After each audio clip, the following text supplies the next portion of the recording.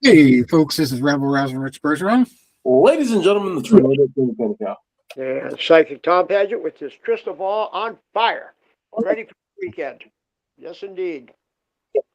All right, well, we got some potential underdogs this week. We're going to have to pick your brain and see if you can look into that crystal ball and figure out which one's going to win, or maybe all of them will win. We don't know, but very intriguing matchups this week. One of them got cut from the card, a big title fight. Joshua Van had an injury, which is kind of crazy because he got the title based on an injury.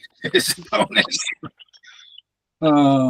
In Miami, I guess, is revolting, pissed off about it. But yeah.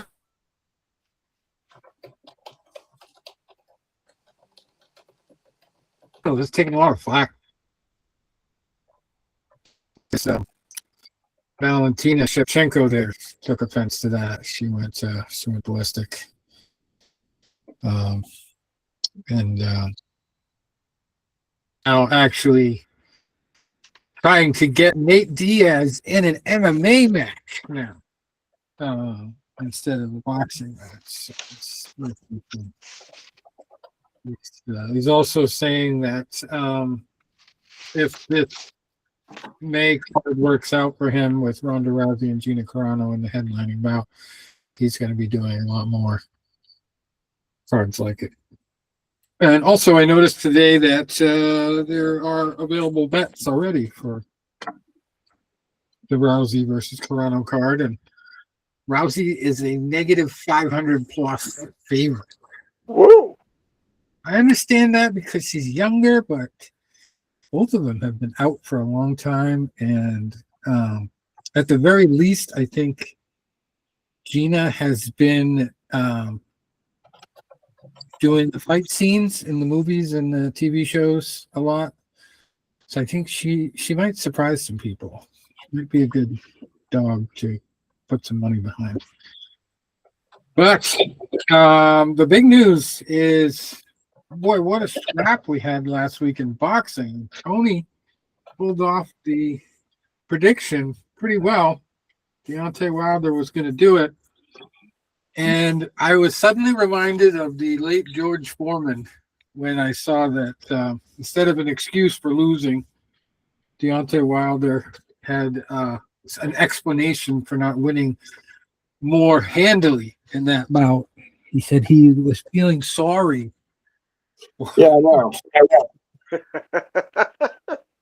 On him.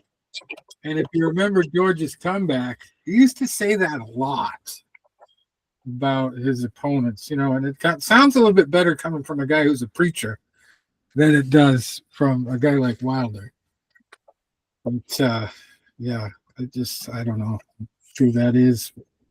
Did both you guys see the fight? I did not see the fight. The Saturday afternoon cards can be kind of difficult for me. Mm-hmm. And I wasn't up to ordering it. Yeah, I'll probably 5 of my clients will get audited because I had one eye on the fights. So I'm trying to do these returns, But the first round, did you see the first round, Rich? What happened? When they were tangled in the ropes, and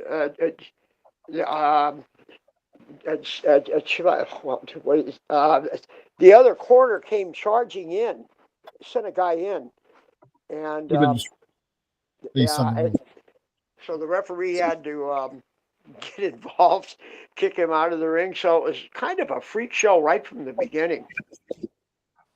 Yeah, I understand they were trying to get some discipline against the referee, and the British board there decided not to do anything about it, which I can understand. I mean, these crazy things happen like that, and it's at his discretion.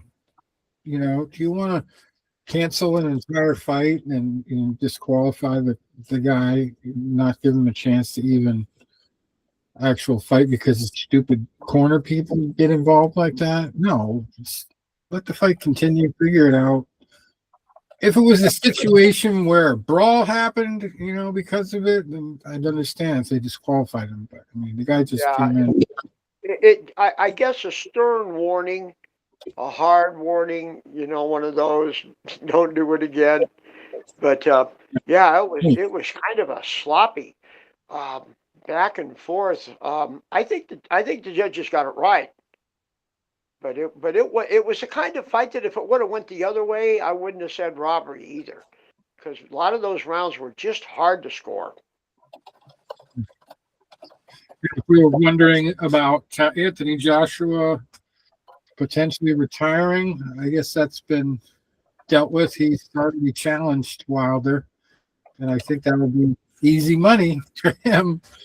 And we'll talk a little bit more about easy money later when we go over the last week's UFC card. But Anthony Joshua has, I think, a lot more power than Wilder. And, watching the way that, or hearing the way that Wilder had it so close with Chisora, I don't think Wilder is going to be able to hang with Joshua. Even though I also, unless it was scripted, I also thought Joshua didn't look that great against Jake Paul until he unleashed the knockout stuff. Yeah. Anyway. Well, yeah, Wilder's got the mega bomb, but you just think after all these years, he'd have developed some more punches, had more of an arsenal, and it seems like it's just that right hand. I mean, his jab was kind of ineffective, and didn't see him throwing a lot of hooks or uppercuts. But I guess at this stage, he is what he is.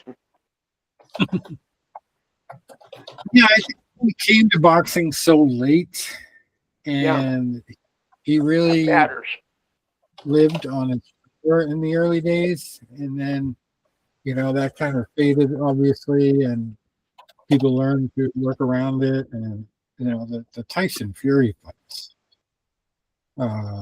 probably took a lot out of him. I mean, for sure. He had some wars there, and the late finishes and all that stuff. So it's great. But I'm kind of tempted to go try to find that fight. I didn't even see the Zuffa boxing this week, and I do have a story about some new fighters being signed. But let's just go over the boxing results real quick. I'm going to find that card and start with that. There's actually a lot of stuff on the side.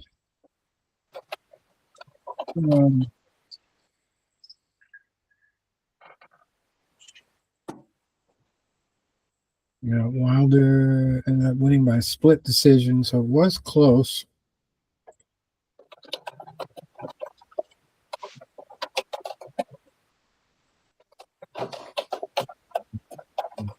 So Wilder improves to 45-4-1 with decision. They don't have the actual scores here in boxing. I thought they used to have them. Derek Chisora falls to 36-14, and that obviously paves the way for Wilder to face Anthony Joshua. We also had a guy who had the most fights on the card, probably Matus Masternak, fall to 50-7, losing a unanimous decision to Badami Riley, who was just 13-0 at cruiserweight there, and he won the European cruiserweight title. And great fighter named Denzel Bentley didn't waste any time. He TKO'd his opponent, Andrew Saavedra, in the 7th round. Bentley's now 22-3 with one draw, and Saavedra is 17-2-1 at middleweight. And that was for the WBO interim middleweight title. And that was the stuff on that card. We also had a female fight in the UK as well, different venue. Lauren Price, staying undefeated. She's 10-0 now, beating Stephanie Pinheiro Aquino, who came in at 10-0 herself, but now is 10-1. That was for the IBF, IBO, and WBC World Welterweight titles. We also had a draw, majority draw on that card. Reese Edwards came in at 17-1, and facing Gully Power, Powar. I guess we didn't mention this last week because I don't remember that name. But that was for a title, the British featherweight title, and both of them got their first tie on their records. So that was that. And the IBF Intercontinental Flyweight title. Every time I say that intercontinental word, I think of the Ultimate Warrior in wrestling. Actually, and it was 12 years ago yesterday that he died. Oh, wow. Yeah, I was reading that. But yeah, I remember how they used to announce Intercontinental. Oh, man, that's tight. He was always the Intercontinental champion when I watched it. Anyway. We had another fight. Well, I actually didn't finish that one. Abraham R. Perez winning that title. Improves to 14-0, beating Esneth Domingo, falls to 22-5 there. And that was in Albuquerque, New Mexico. Let's see, what did we have on Friday night? It was an amateur fight. We had the WBO World Light Flyweight title on the line in Tokyo on Friday. Renee Santiago winning that one by unanimous decision, proves to 16-4, beating the hometown guy or the home country guy, Masataka Taniguchi, falls to 21-6 at light flyweight. And then Marlon Tapales, journeyman really on the undercard, fell to 41-5, losing unanimous decision to Yukinori Oguni. Improves to 24-4-3 at featherweight there. Title. We had those were amateur fights. Talked about this last week. The minimum IBF World Minimum Weight title, Temecula, California, went to Pedro Tadaran. Got his 20th win to go with 4 losses and 1 draw. He beat Gustavo Perez Alvarez by knockout in the 7th round. Alvarez gets his second loss to go with 16 wins there. In Allentown, Pennsylvania, Antonio Perez losing his first fight, falls to 11-1, split decision loss to Abraham Montoya, improves to 24-7. So the lightweight title.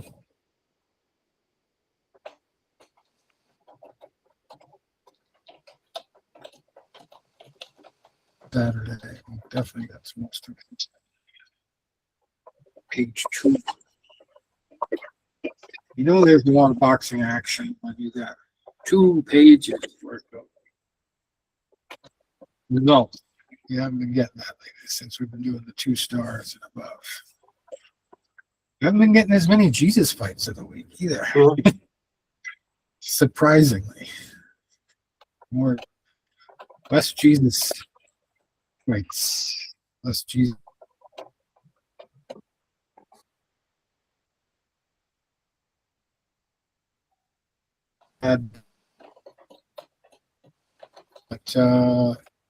Ichi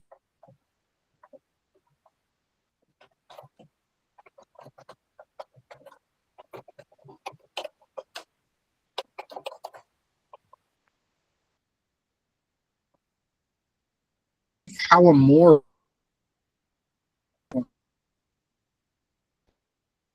We had Andres Cortez stayed undefeated. He's 25-0 now, beating Edson Garcia.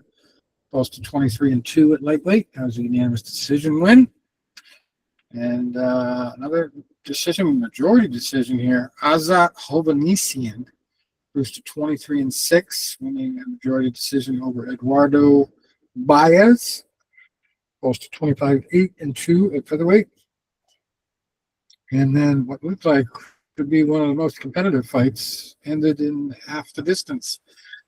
Mark Magsayo, 28-2, won by 5th round knockout over Firgal McCrory. Came in at 17-1 at lightweight. Now he's 17-2. Magsayo getting his 29th win. He's looking for his 30th next time. And Robert Merriweather III. 10-1 now. losing in the final fight by majority decision to Tony Hirsch Jr. And Hirsch proves to 8-0-2 with that win.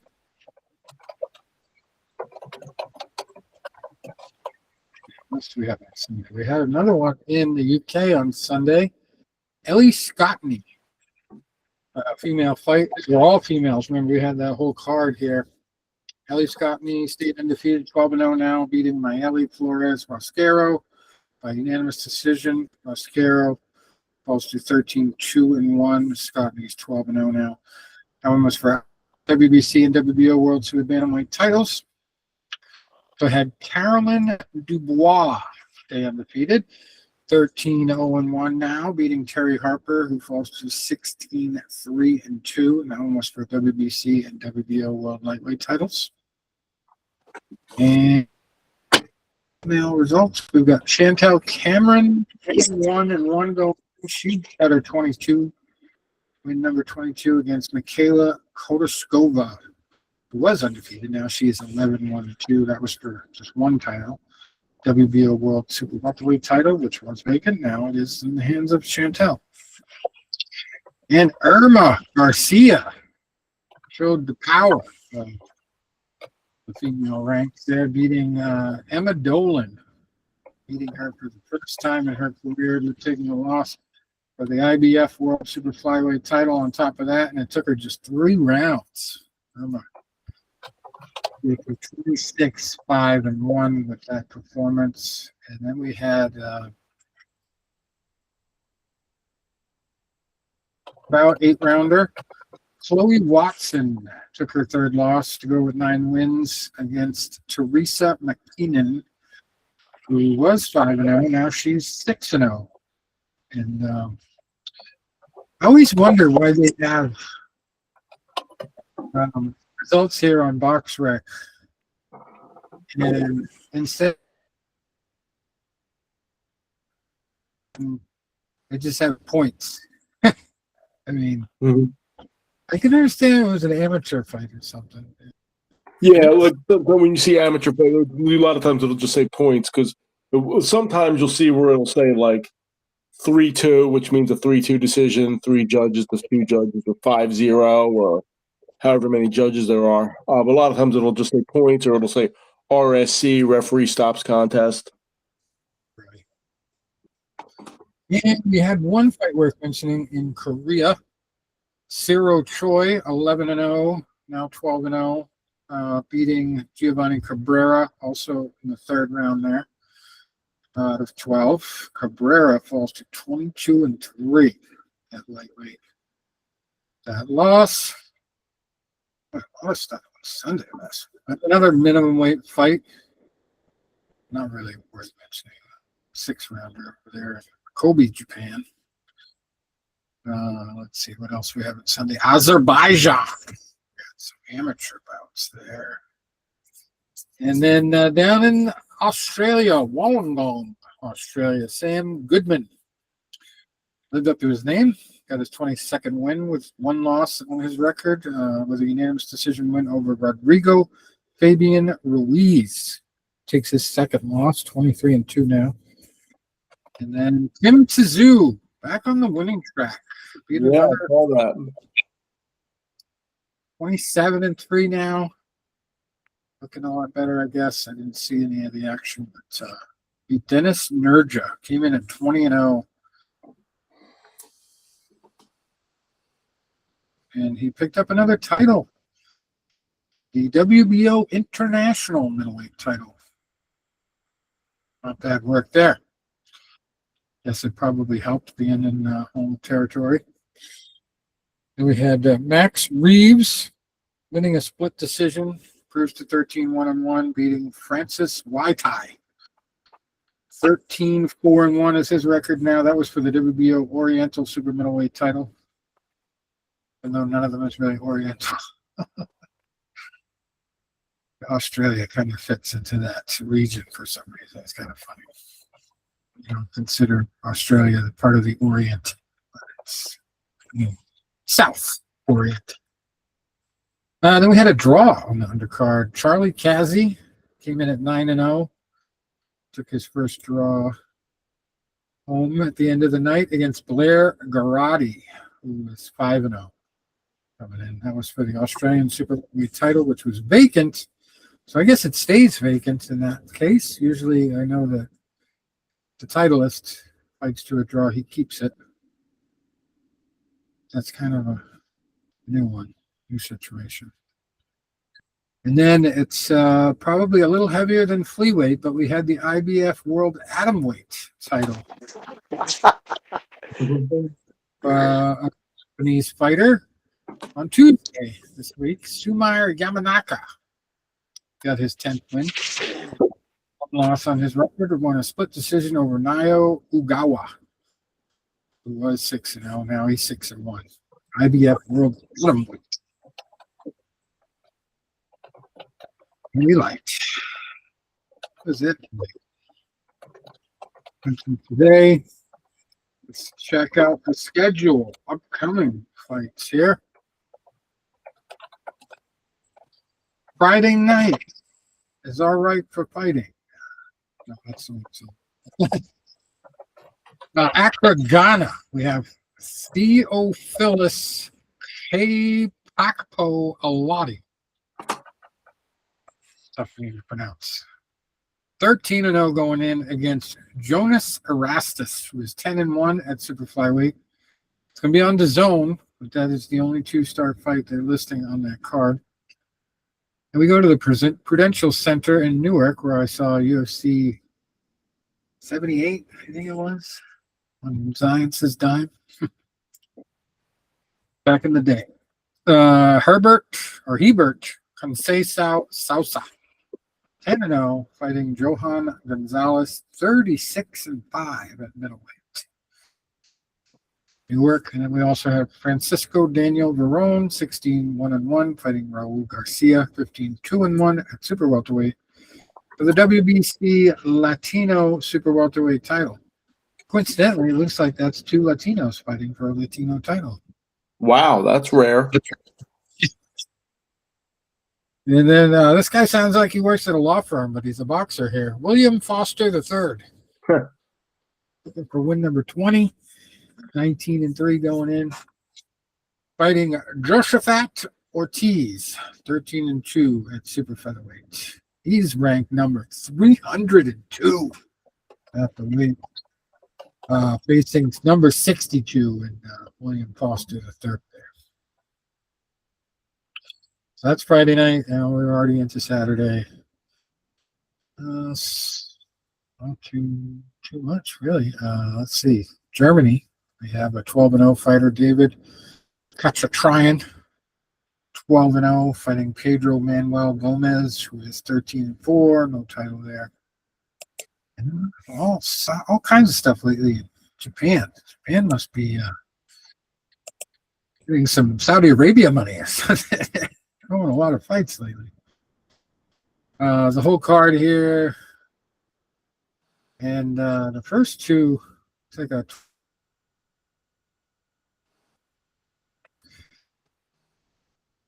guys with a shitload of experience. Kenshin Nasukawa, 7-1, facing Juan Francisco Estrada, 45-4 at bantamweight. It's quite the discrepancy in experience. Then you got Tomoya Chisoboy, who is 3-0, fighting Pedro Guevara, who is 43-5-2 at super flyweight. Titles there. Kayasuke Takami, 10-1, number 4 in the division, flyweight, facing Angel Ayala Lardizabal, who is 18-1. So those are Angel fight of the week. And then we got a couple guys with 14 wins. Katsuma Akatsugi, 14-0, facing Jose Miguel Calderon Cervantes, who is 14-3. And quickly go over to the UK. You didn't know this. Tyson Fury is fighting this weekend. Yes. On Netflix, I believe. And I did see something about him kind of getting worried after seeing what Chisora dealt with Wilder. Those guys are kind of been around for a while, so Yeah. it's like having some concerns that he didn't want to look like that when he comes back here. And I don't know how much you guys have heard about the big feud between Tyson and his whole family. I think his wife's even pissed at him, but mostly his father is really angry at him for coming back. He wanted him to retire a long time ago. And Tyson Fury's probably doesn't need the money, but he's doing it again. A lot of times he would donate the money. He'd be like, listen, I was the guy that had nothing, and from a guy that had nothing, I want to share with others. Well, and he talks about his mental health. Yeah. When he's idle, he even is worried about killing himself when he retires. He's saying that a few years ago. Sounded crazy. But yeah, I think that's what it is. It's just not another championship. Maybe just try to keep sane. I think there's better ways to do it, but who am I to tell him? Well, I mean, a lot of it is the physical fitness. He's never been like a chiseled heavyweight. And when he had his drug and alcohol and weight issues when he took all that time off, and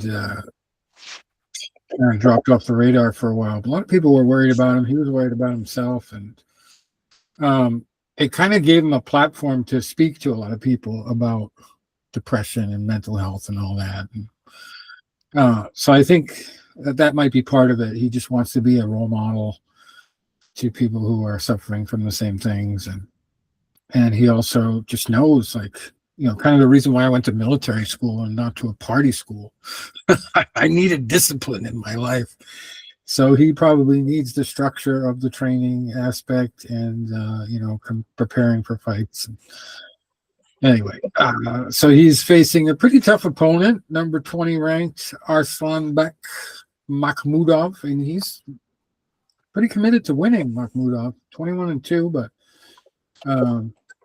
he's a heavyweight and he's been active. So Tyson Fury is really not facing a pushover here. He's facing a game opponent.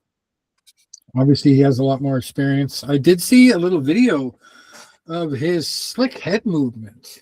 I don't know if you guys saw that, but I'm actually subscribed to the Gypsy King Facebook messaging thing.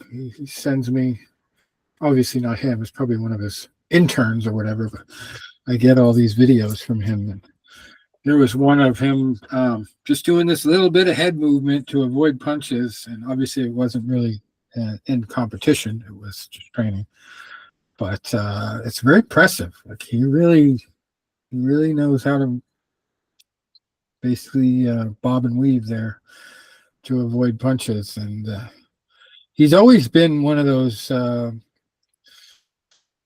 up jab fighters, which a lot of white heavyweights aren't very good at. Yeah. But usually it's the African American fighters who utilize the up jab better than anybody. But Tyson Fury's made it work over the years. It's that unique style that's got him where he is.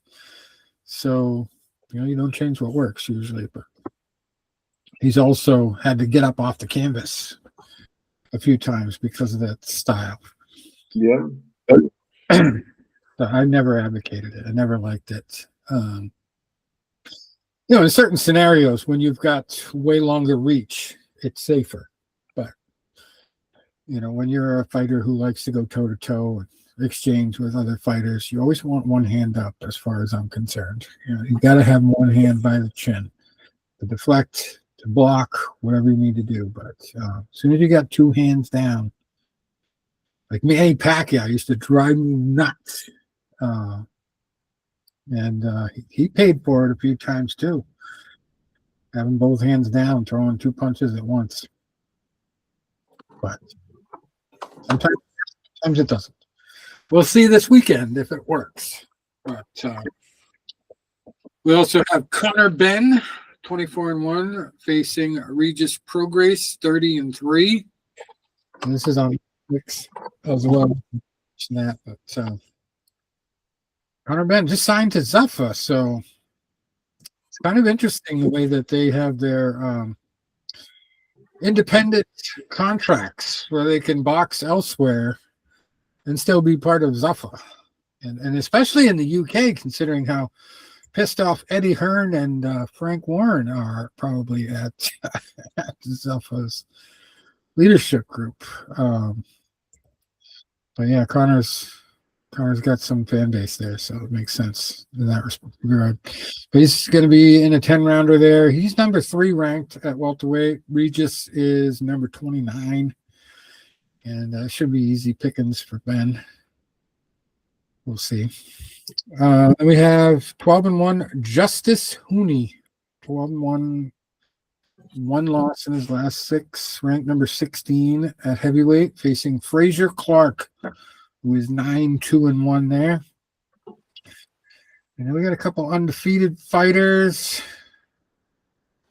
Brian Gorham, 21-0, facing Eduardo Costa do Nascimento, 12-5. That looks like a tune-up fight. Number 41, number 242, I guess it is. Here, a couple of undefeated fighters fighting each other. Simon Zackenhuber, 28-0, fighting Pavel August, 17-0 at super middleweight. That last one was super lightweight, by the way. So there you have it for the Fury card. And then we go to, looks like, another Cosmopolitan Casino in Paradise. I don't know where Paradise is. What state, but it looks like the United States. Brandon Adams, 26-4, facing Kalman Agyarko. He was 18-0 at super welterweight in a 12-rounder there. And Ryan Lee Allen, 12-8-1 at featherweight, facing Javier Zamarón, who's 11-0 at featherweight there. Then we go to Atlantic City on Saturday for 3 titles. Grab Vito Mielnicki Jr. Yeah, I saw that. I kept looking at it like April 11th. That's coming up April 11th. And I'm like, oh shit, April 11th is Saturday. We lost you there for a second, Tony. Say that again. I saw that this has been, it's been in the pipeline for a few months now, and I'd see it on his Instagram and his story and all that. Look, oh shit, Vito's fighting that AC. And then with my dad and all that, I was like, I totally forgot about it until you just brought it up. I'm like, shit, that's in 2 days. Yeah. I was fighting Omar Ulysses Huerta, who is undefeated, 15-0-1 for the IBF USBA middleweight title, the WBC Continental Americas middleweight title, and the WBO Global middleweight title. So Vito trying to pick up the hardware there. Actually, only one of them is vacant. So that should be a great fight. Great for Atlantic City anyway. Middleweights, 10-rounder. Kind of hard to believe, though, there's a global title on the line and it's only 10 rounds. Usually those are 12 when they're for any kind of world or global title. Every organization is different, I guess. Then we got somebody's always got to go in a super welterweight contest. Jan Marcos, 4th. How about that name? 11-0. No title on the line, just a super welterweight regular fight. We got some stuff in Osaka on Sunday, nothing special there. Hollywood, Seminole Hard Rock Hotel and Casino, that must be Florida. On Sunday, we got Armando Martinez Robbie, 17-0, facing Neslan Machado, 21-0. Really somebody who's at lightweight. And great on the undercard. And we got a Monday card in Japan, Tokyo. It's overloaded with these Tokyo fights. Got another one on Tuesday. Thanong Sak Dimsri, looking for win number 40 there, 39-1. Facing Sergio Alfonso Mendoza Cordova, 27-0 in Tokyo for the IBF World Light Flyweight title. Now that guy's name reminds me of The Princess Bride, Yeah. where he says, my name is blah, blah, blah. My father prepared to die. Sergio Alfonso Mendoza Cordova. The announcer's going to love saying that name. Anyway, but he is ranked number 3, Cordova, and the Japanese guy's ranked number 8. He's got a lot more experience, but he does have 1 loss. Nothing in his last 6, though. No wins there. So that should be a great fight. It's interesting, though. Like, as I've been reading these, I'm noticing they're throwing all these Japanese guys against Latino Mexican guys. They got a pipeline from Latin America to Japan here. It's kind of weird. Wonder why that is. Do a lot of Latino fighters like to vacation in Japan? I just don't know. Then we got Tuesday fights. Japanese titles on the line. Mostly here. Jinya Yamaguchi. This is also in Tokyo. Same venue, Karoken Hall. Yamaguchi 7-0-1 fighting Kyotaro Yoshida, who's 7-4 for 2 Japanese titles. And that's it. So next week, when we got a Day Jesus fight of the week. Let him know Jesus. Boxing needs more religion, more Jesuses. Don't see one of them anymore. Anyway, let's get to some news items that I had picked out before the show. Week ticket sales for this fight card, UFC 327. We just had the announcement of the co-main event stricken from the card, and also the Rousey versus Carano fight card is not selling well, apparently. And then this weekend in Miami,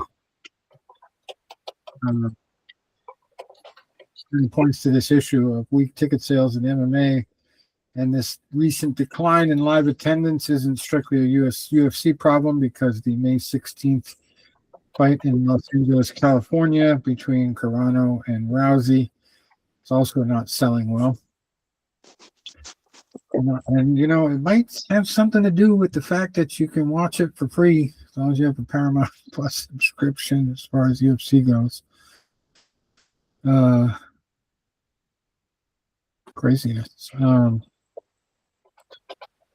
The California venue where the Rousey fight is happening can seat 18,300, and the Miami venue is a little bit greater than that, 19,600. So you never know. A lot of the seats might fill up at the last minute. People see what's available right before the fights. And Zuffa Boxing has some new fighters. They're not playing around, these guys. Obviously, more than I think the affiliation with the UFC parent company and Dana White, probably the biggest factor is the money that Saudi Arabia is putting behind it. And the Sheikh,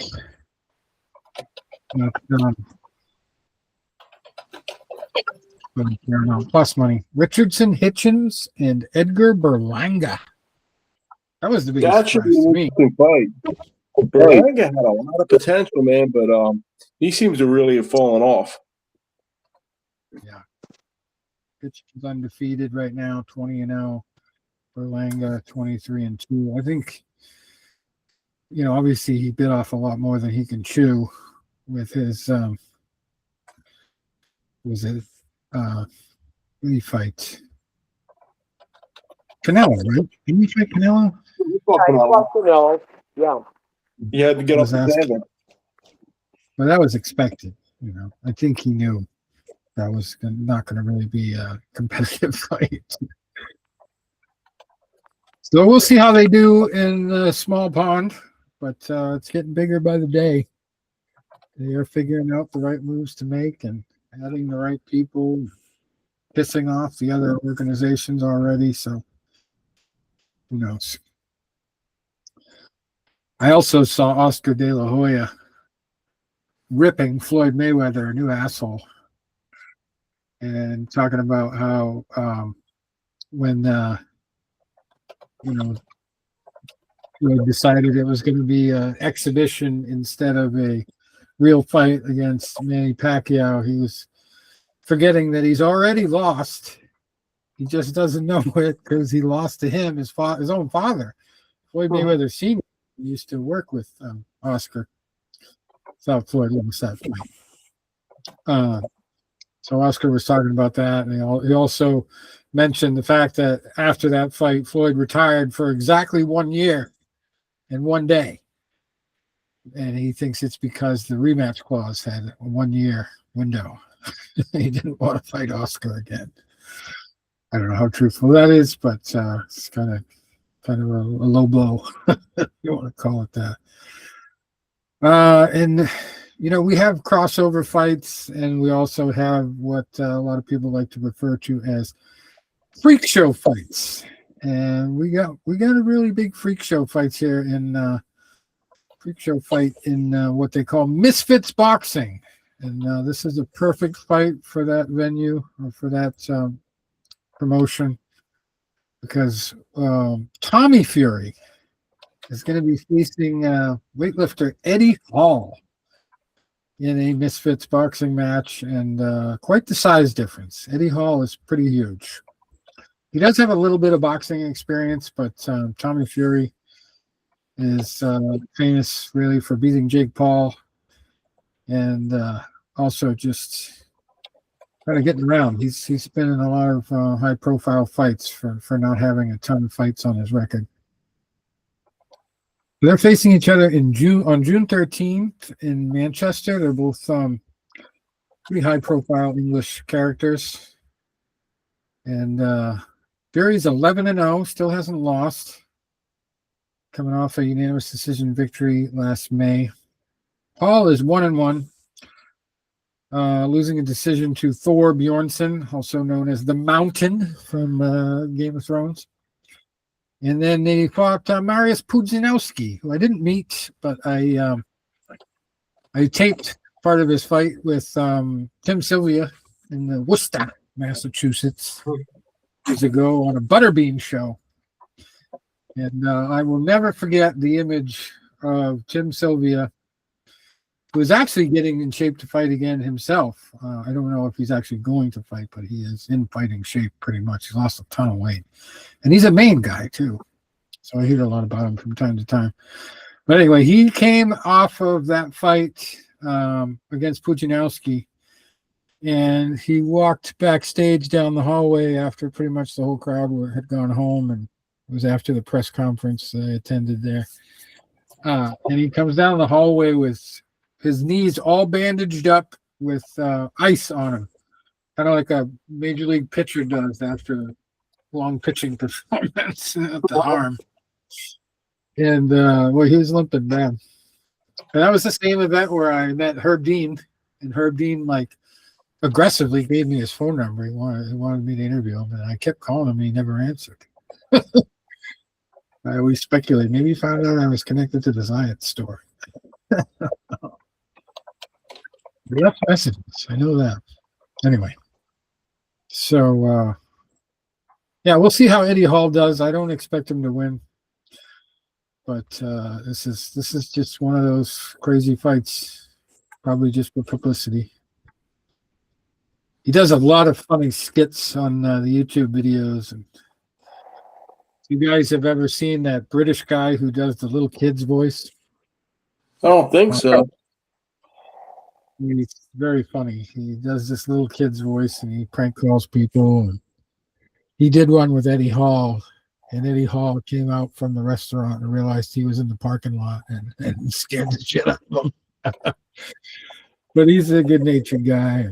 I saw another clip with Eddie where a fan snuck in behind the UPS driver, snuck into his house, his yard, and knocked on his door and asked for an autograph. And Eddie sat there for like 20 minutes talking to this guy, telling him he was not going to give him an autograph because you just don't do that. Stalker territory. And I just explained it up and down why he wasn't going to do it. And then he shut the door in the guy's face. It's funny. Anyway.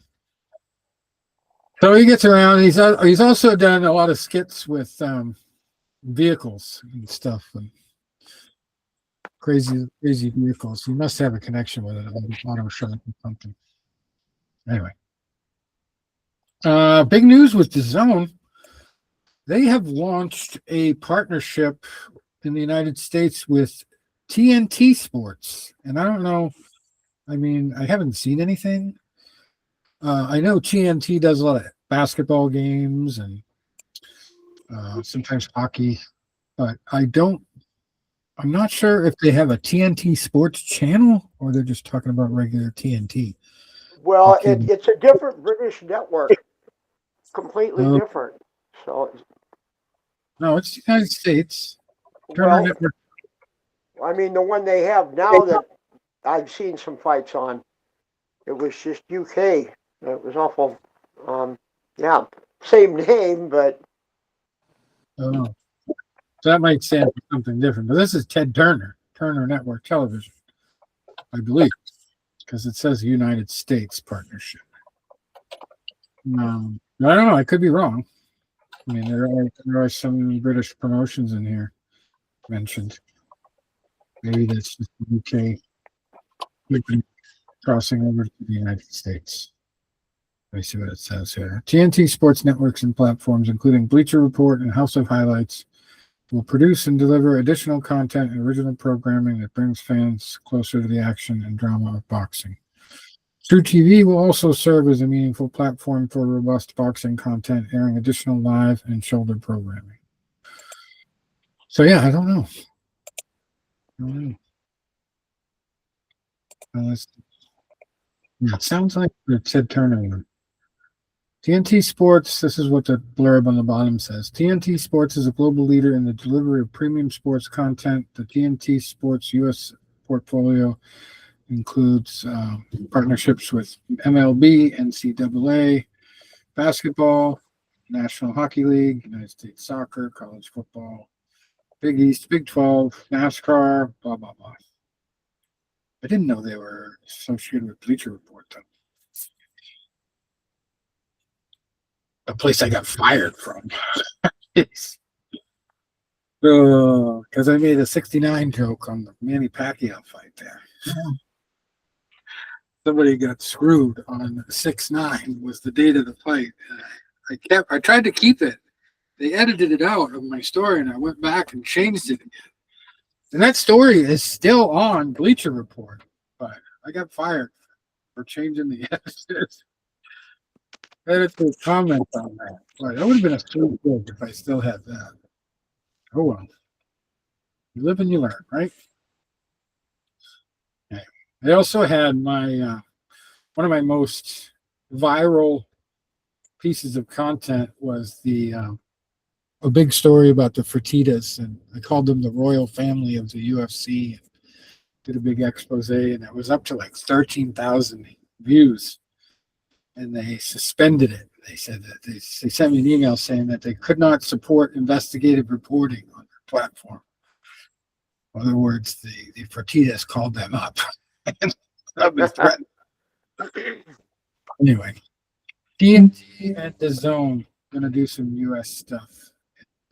I don't know if that's all going to be free or if there's going to be some kind of paid aspect to it.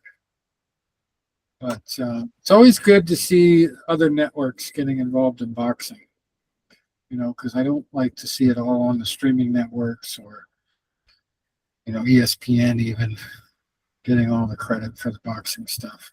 I don't even think they have a real boxing deal going on right now.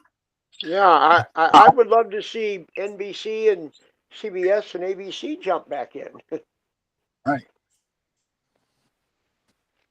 All right. So before we get to the MMA, let's take a moment to I've got a dad joke specifically for Tony, Okay. and I'm gonna save it though for later when you guys do your tornado warning and the psychic vision we've been waiting 2 weeks for. So I guess we'll start with that. Tom was too tired for it last week, so hopefully he's rip roaring and ready to go tonight. Let's hear it, Tom. All right. Well, a couple weeks ago, I was listening to a podcast with Andrew Huberman. He's a well-known biohacker and longevity guy, and he was interviewing Dorian Yates. Now, I assume both you guys have heard of Dorian Yates, 6-time Mr. Olympia. An amazing story of that guy's life and how he's doing now. It's just an incredible presentation. But he was talking about why he never moved to America, because bodybuilding is a lot. This is the glamour country for professional bodybuilding. And he would come and win the title and go back to the UK, some little dingy gym he had in England. And he said that he wanted to keep the fire burning because he had an attitude that he was British and supposedly he had no chance to compete against the Americans. And he used that. And so he was saying that a lot of athletes use adversity. He says, and if you have that anger, channel it in the correct way. And that got me thinking about, and then he made the comment, how many athletes come from affluent families? Okay. So I got to thinking about that with our sports, because you always hear the stereotype, more so in boxing, I think, than MMA, that fighters come from bad areas. They're financially destitute. They're fighting their way out of it. And I was wondering, okay, well, is this really true? Is it still true? Because I think it goes back to the days of the Depression. We can go back 100 years ago. And that's when a lot of those stereotypes started, that these guys would fight every other week just to get a little bit of money. Like you remember the movie The Cinderella Man. Yeah.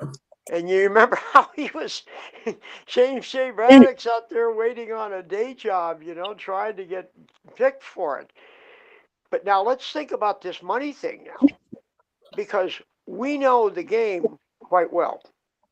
And the average fighter is not going to make much money at all unless you can start moving up the ladder. When you're an amateur, it costs you to be a fighter. When you think about it, but with the time, you're not getting any money.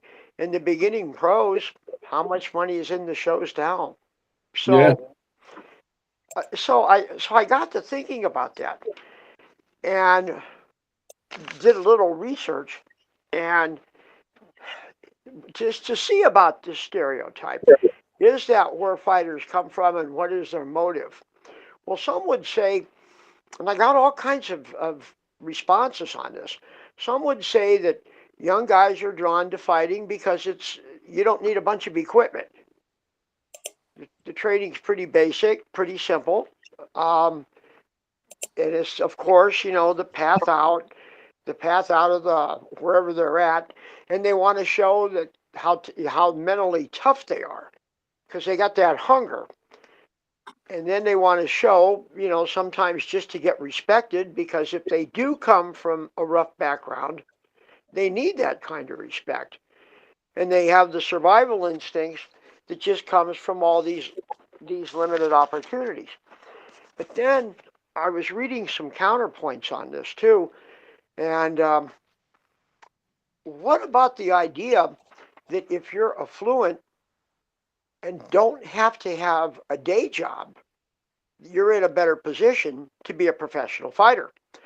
And I remembered the way Mike Tyson would train once he got some money behind him. He'd wake up in the morning, do his road work, come back, take a nap, and then through mid-morning, he would do a lot of his conditioning, his body weight stuff, all the routines he had there. And then at night, he'd go back in to do his boxing training. Now, compare that to a guy who has to have a long day job, put in 8 hours, 10 hours. Well, who's got the advantage there? So I'm wondering, what do you guys think about that? Because, we've been around the sport a bit, and so I guess this is kind of an open-ended question. Do you have to come from a rough atmosphere to be a successful fighter? Because in some of my research, I guess Sugar Ray Leonard had a middle-class background. The Klitschko brothers weren't in poverty. And go back to Antonio Barrera, I guess he came from money also in Mexico. So what do you guys think about that? Well, Tom, one of the points you brought up was great, and I know Marvin Hagler used to say, it's hard to get up and do your road work at 4 a.m. when you're wearing silk pajamas. I think a lot of it comes down to an internal desire. If you want something so bad, because you get a lot of these fighters, they come up from nothing, they get some success, and then they get lazy. You've seen it a million times. You've seen other fighters, and I'll give you an example, Floyd Mayweather. The more Floyd made, the harder he worked. Yeah. I was about to bring up one of the fighters you had mentioned. Oh, shit, I'm drawing a blank now. You just said his name. You talked about Mike Tyson. Who did you say right after that? Yeah, it wasn't Sugar Ray. It wasn't the Klitschkos. Barrera, Marco Antonio Barrera. Wasn't Barrera. Oh, you were talking about what gives you more of an advantage. And it's the fighter I thought of in my mind. You didn't say him. I had a guy that I knew. He was a Philly guy. He was a club fighter. He was a tough guy. He was more of a club fighter back in the 80s. So by the time I was sparring with him and training with him in the 90s, he was, long retired. He just loved being in the gym. And you could see his skills had far eroded. Like if you went in there, you knew you were going in there and to work with him and take it easy because he didn't have the reflexes that he used to. But he would always say, he worked his career as a laborer. He was a guy that, was digging ditches, shoveling, working with a jackhammer, things like that. And he always said he liked working as a laborer because they paid him to get in shape. So the fighting was, a side gig for him. He was never going to, be able to live off it. So he worked as a laborer, but that work was basically 8 hours of training for him. And that's what he used to say. He goes, I love it. They pay me to get in shape. Joe Smith, I'm thinking about him now. Yeah, exactly. You rung a bell with me. Construction guy. Yeah. And, one of the comments I heard, a 90-plus-year-old boxing coach once said the only reason boxers turn professional is because they either made the wrong choice or had no choice. Right. I thought that was kind of interesting, but maybe it's also not just respect in your environment, but maybe self-respect. Because there's an old cliche, we all have issues, that's why we're fighters, that there's something missing somewhere. And maybe you're just having to prove it to yourself, because maybe no one challenges you, challenges your manhood, but there's just that urge, why? Finish your point, then I'll say something on top of that. Yeah, go ahead. I finished it. Yeah. I was going to say, I think in boxing is a sport, and obviously MMA too, because it's a similar type of mentality, that you have fighters that hang on and they make these ill-fated comebacks. And once again, you've seen it a million times. And sometimes it's not always financial. A guy like Joe Louis, it was financial. But then you had guys like Ali. I don't think that was financial. Sugar Ray Leonard, when he fought Terry Norris and Hector Camacho, I don't think that was financial. You had all these guys, and they always come back for that one more fight. Yeah. And trust me, and I know because I've been toying around with it, and I was never even close to their level, but I've been toying around with it, and I think it's the fact that you remember how good you were, and part of it you want to prove to yourself, and sometimes you have that mentality that you know what, I can still do that. A football player that was a wide receiver that runs like a 4.4 40, when he gets and his legs are hurting and all that, and he can't run a 4.4 40 anymore. And the thing is, he doesn't even if take a guy like Jerry Rice. Jerry Rice is maybe the greatest receiver ever, right? Jerry Rice was all pro, set records and everything. If Jerry Rice tried to come back right now at 60-some years old, and he says, I'm making a comeback, and he tries to go after a team, no team's going to sign him. And Well, yeah, good if a point. team does sign him, you know what's going to happen? He's not going to live up to what he wants to do in training camp, and he's going to get cut. That is such a good point, Yeah, because when you're the former champion of the world, everyone wants you, and there's always these disreputable promoters, like Evander Holyfield. Okay, yeah, there's an example. He had made, well, look at the mansion he had, bowling alleys, movie theaters, everything, all gone, and yet he still kept getting fights. Um, yeah, yeah, I mean, see, that's a good point, because football players, it's not up to them. yeah. You In have the to make the NFL, I team. mean, even if you could go, like you're a good example with Jerry Rice, he could go to the whatever these little, like in the NFL, they say, well, in this league you can't do that, and I'm thinking, in this league, what other league? Well, they Yeah. do have, I guess, like farm teams, I mean, but you'll get it like a USFL or a yeah, Canadian Football League, but even then, you still got to make the team. You still only right, have, right, right, 56 guys on your roster, so you still and got to make the team. it's not your choice. Whereas in Right. the fight world, you get with the promoter if you've got a name, and it's a lot easier to keep going.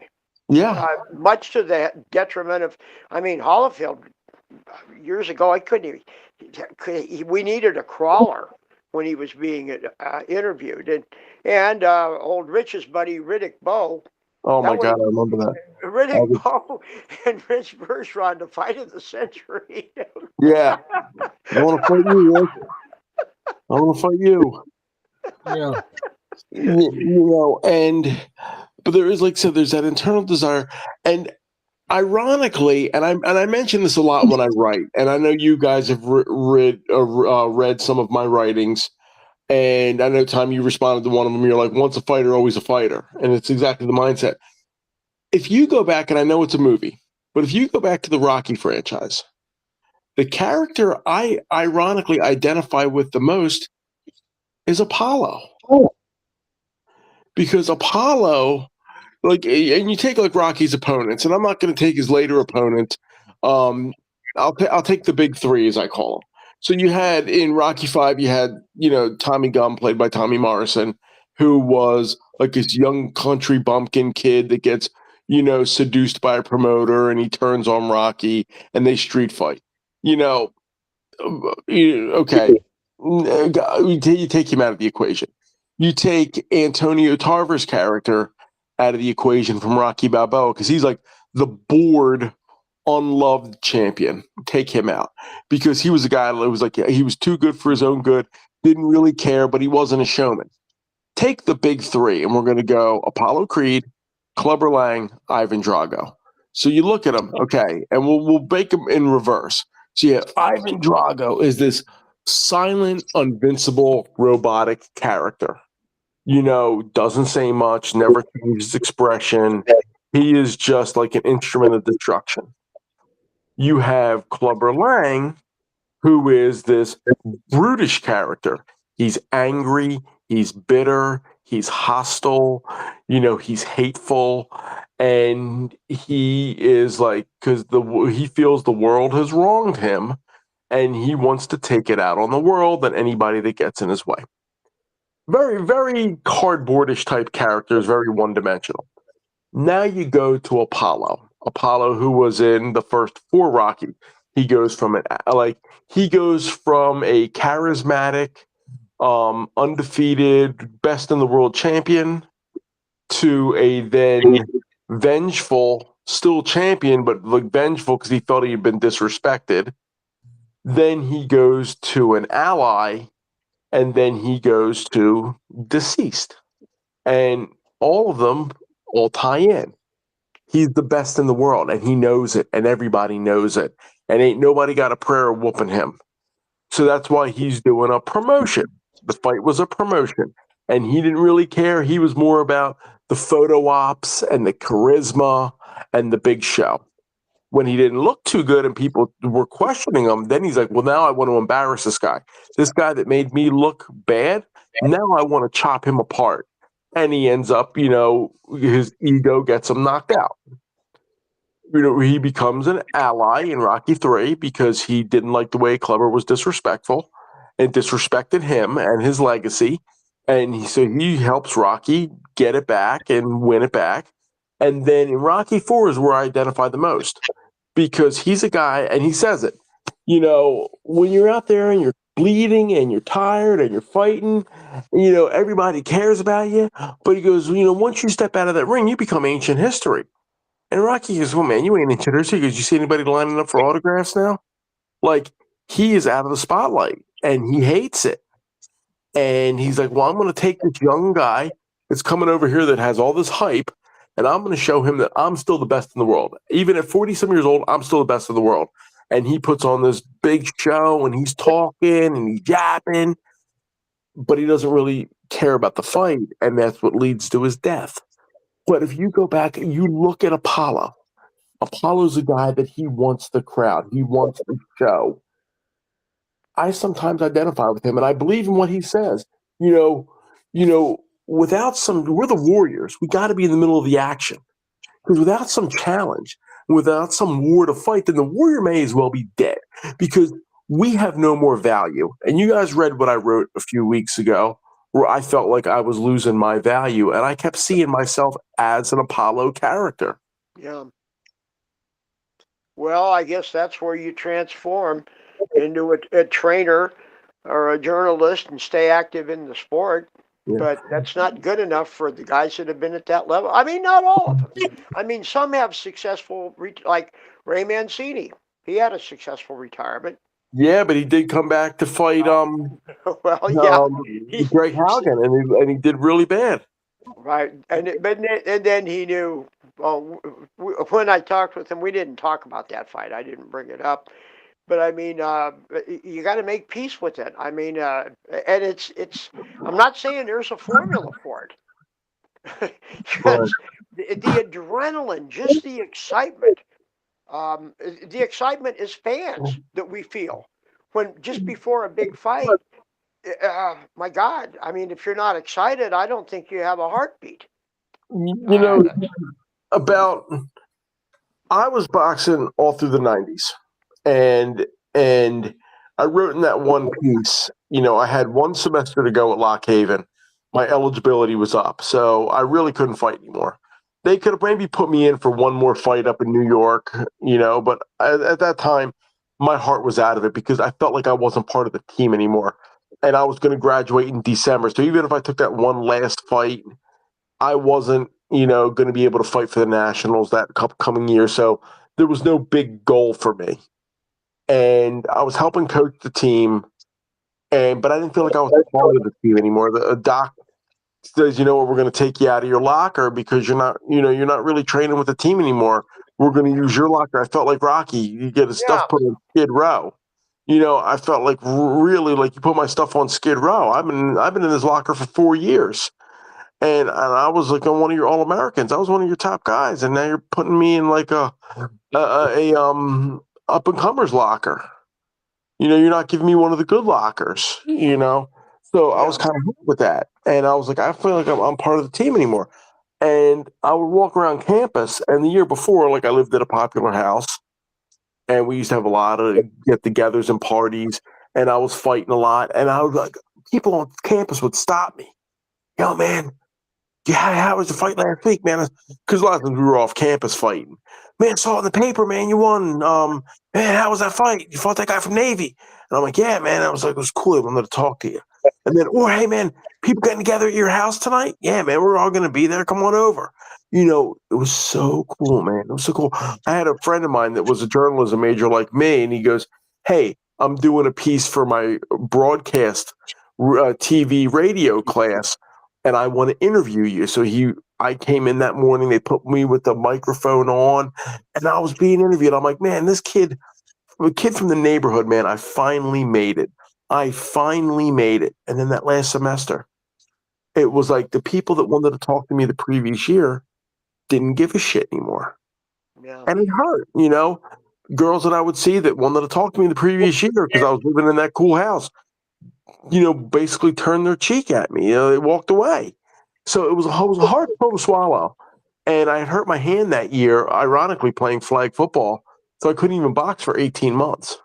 So, even when I came home, that first year was tough. I'm like, all right, I'm just going to work and I'm going to try to, just, do what I do and hang out with my friends and try to make some money. But it was like, I wasn't training. It was like, man, I felt like I had nothing.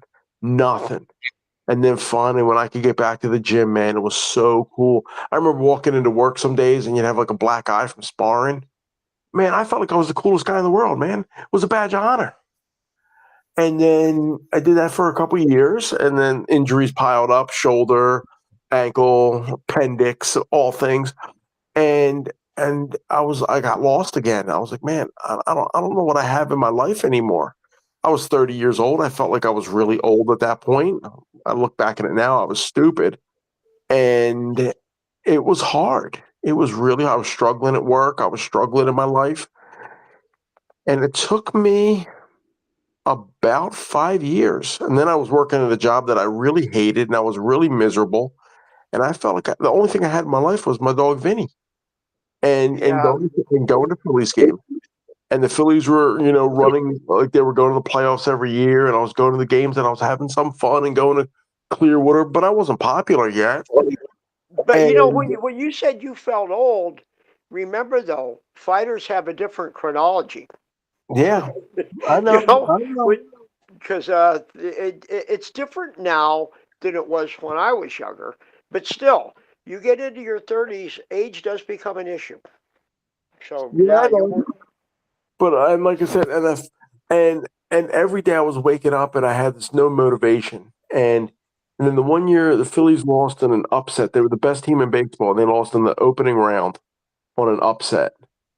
And I didn't know what to do. I hated my job. I hated my life. And I didn't know what to do. And then the one day I was sitting there and something said to me, develop a gimmick. And that's where the Apollo gimmick came up, the Uncle Sam. Because I had worn an Uncle Sam hat. I'm looking at it right now. I still have it that I bought for like $6 at a Party City. And I wore that just to annoy people, like in my family. And I said, man, if you can develop, yeah. I'm like, if you can develop this gimmick, and when I developed it, and I'll tell you, ironically, the first time I wore it to a game, the whole hat and cape, and this is before I had the tassels and the Apollo shorts. I was just wearing jean shorts. The only accessory I had was the hat and the cape. I just had like a plain Philly shirt on. I had them in a bag, like a trash bag. And I'm sitting on the subway. I'm not suited up. I'm sitting on the subway, and I'm like, do I have the guts to do this? And then finally I got to the stop, and it's like, okay, man, it's do or die time. You got to do it now. You got to put it on. And years later, I was talking to a guy that was a pro wrestler, and he was the first guy The Rock ever wrestled on TV, a local guy from up in my area. And he had done a gimmick where he was supposed to be from Italy. And we were talking one day over lunch, and he goes, when you put that outfit on for the first time, how'd you feel? I said, honestly? I feel weird.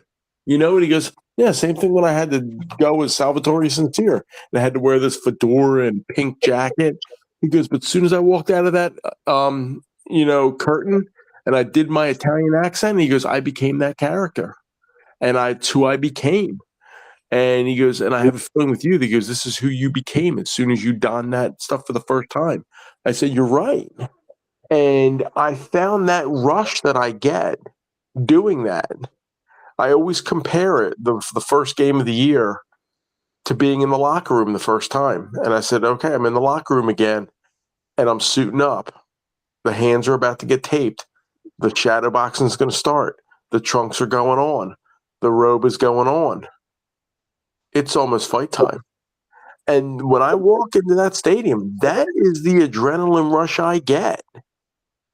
It's, in a way, has kept me alive. Yeah, because there's no drug that can replace adrenaline. There's no drug that can do it. Yeah. It's and you see that's the problem with a Take lot on of this war vets. subject. I look at it as more of the setting and the circumstances that make a person a fighter, whether it be, you go into the UFC or you're a boxer. But wealth, I don't think has as much to do with it usually. I think you find more often that people who come from wealthy families and get big into boxing are usually the sons of or daughters of people who boxed and got to a high level. And you can think of a million examples there. But I look at what put Mike Tyson into the fight game. Turned out to be a pigeon that got its head ripped off. And a bully tormenting him, and he beat the shit out of the guy after he ripped the pigeon's head off. And I actually also grew up with pigeons. My dad loved pigeons. He was in the Pigeon Club of America at one time. We had our own pigeon coop, and we used to catch them in the yard. But it was my mother, actually, who ended up getting me into boxing after she died. Because back in the 80s and 90s, when I grew up, and when I started fighting in the 80s, the big thing was if you insulted somebody, they would yell back, "Oh, your mother," Yeah. Mother had died when I was 6. So that used to flip the switch in me. And just like Mike Tyson, all it took was one bully or whoever it was saying something about my mother, and I would just fight. And it got to the point where I not only realized I was good at it, but I was so good at it that it scared me. And first time I actually really injured somebody badly was in high school. And it turned out it had nothing to do with race, but there was a little black kid who was joking around with his buddy, and he bumped into me in auto shop class. And so I mouthed off to him at the time, and nothing became of it. We didn't throw any fists, but that day I'm in detention for something completely different. And I got my leather jacket on, and I was, trying to look cool or whatever. And he comes to the door of detention and starts mouthing off again. So back at me. So I just took my jacket off, handed it to my buddy in the classroom, and walked out into the hallway. And this kid did his best Glass Joe, whatever. What's the guy from Tyson's Punch Out? Kid Joe, or whatever the heck his name was. He does his best. He jumps in the air, he hits me right now. The shot he landed. And I just waded in on him, punched him about 6 times in the face. He crumpled to the corner next to the double doors. And I would punch him in the face, and he'd block his face, and I'd punch him in the rib. Yeah, that's the cartoon fight. That's good strategy. And some different aspects of the story, because it was right as the school was letting out, and it was right on the main floor of the school. It was walkers. The best thing I heard from anybody describing the story of how it went down was one girl had her books in her hands, turned around from her locker and saw what was going on, and she says, "Damn, white boy can fight." So anyway, it was, that anger inside of me that, you don't insult my mother, it was like I thought that everybody should know that my mother wasn't with us any longer, and you shouldn't say those things, So in my case, I wasn't from a wealthy family, but my father, made a decent living, and we had some money. We lived in a nice house and all that. But it was more the circumstances of how I grew up. That's how I became a fighter. And, also I was pretty athletically inclined. I played a lot of soccer as a kid. Didn't get any fights during that. But, it was just a matter. lifetime that made me a fighter. And then there's a lot of fighters who grew up in bad neighborhoods. And so they end up just kind of having to fight their way out of different situations and fight to hold on to every penny they have because people will try to steal it, guy's possessions or whatever it may be. And then you have the fighters who, that's the only thing they're good at. They find out someday that they're just they have a lot of anger in them for whatever reason, whether it's poverty or just their circumstances. And the sad part is, for generations, boxers are in that category, fighters in general are in that category where they're thought to be dumb, players who are greedy and managers who are greedy take every penny they can get from them. Even Rocky Marciano, he wasn't necessarily dumb, but he came from a very poor background. His father worked at a shoe factory. Yeah. And his manager took 50% of everything he earned. That's how, because he was so desperate to get into boxing. He didn't want to do the ditch digging. And Ali Colombo drove him down to New York and got him an audition. And he ended up impressing Charlie Goldman just enough to end up getting a contract with Al Weil. And he had to give up 50% of his purses and appearances after he retired and all that stuff. And it was just one of those circumstances. But I did look it up. I used AI to assist me in this category. It's a great category, great idea to talk about this, Tom. And they came up with an article, 10 boxers who were born into wealth. And some of them might surprise you. One that I thought of immediately, I couldn't think of his name, but that's what got me to Google. The boxer who was a banker. Let's see if the Rain Man of boxing can get this one. Boxer who was a banker. Yeah. I give up. I'm going to think of somebody, I was going to say somebody like Winky Wright. Nope. Calvin Brock was known as the boxer. Yep, I remember that. I remember he had a very good mind. Worked at the Bank of America after earning a finance degree, and he competed in the 2000 Olympics and a 2006 world title fight. Also, another boxer, Antonio Nieves, less well known, was a PNC bank teller who balanced his career with that when he boxed. Leland Hardy was an investment banker at Bear Stearns, who boxed in the 80s and 90s. I never heard of him. But yeah, those are some interesting ones. But Tom mentioned Barrera, and I was kind of surprised when you mentioned that, because I always thought Barrera's story was that he sold feather dusters. I'm thinking of somebody else, I'm sure. But Barrera actually, his father was a movie star, apparently. And Morales was the poor guy. Morales came from nothing. Yeah. Daniel Dubois trained at a mansion, had access to a jacuzzi as a kid. And he's still active. But he wanted to follow in the footsteps of Lennox Lewis and become Britain's next best heavyweight, great heavyweight. He's a former WBA champion, pushed Usyk to the limit. Dubois has been able to train comfortably because of his father's wealth. Dubois' father amassed a small fortune as a successful art trader. That's number 10. Number 9, Chris Algieri. He boxed not because he was looking for a way out of poverty.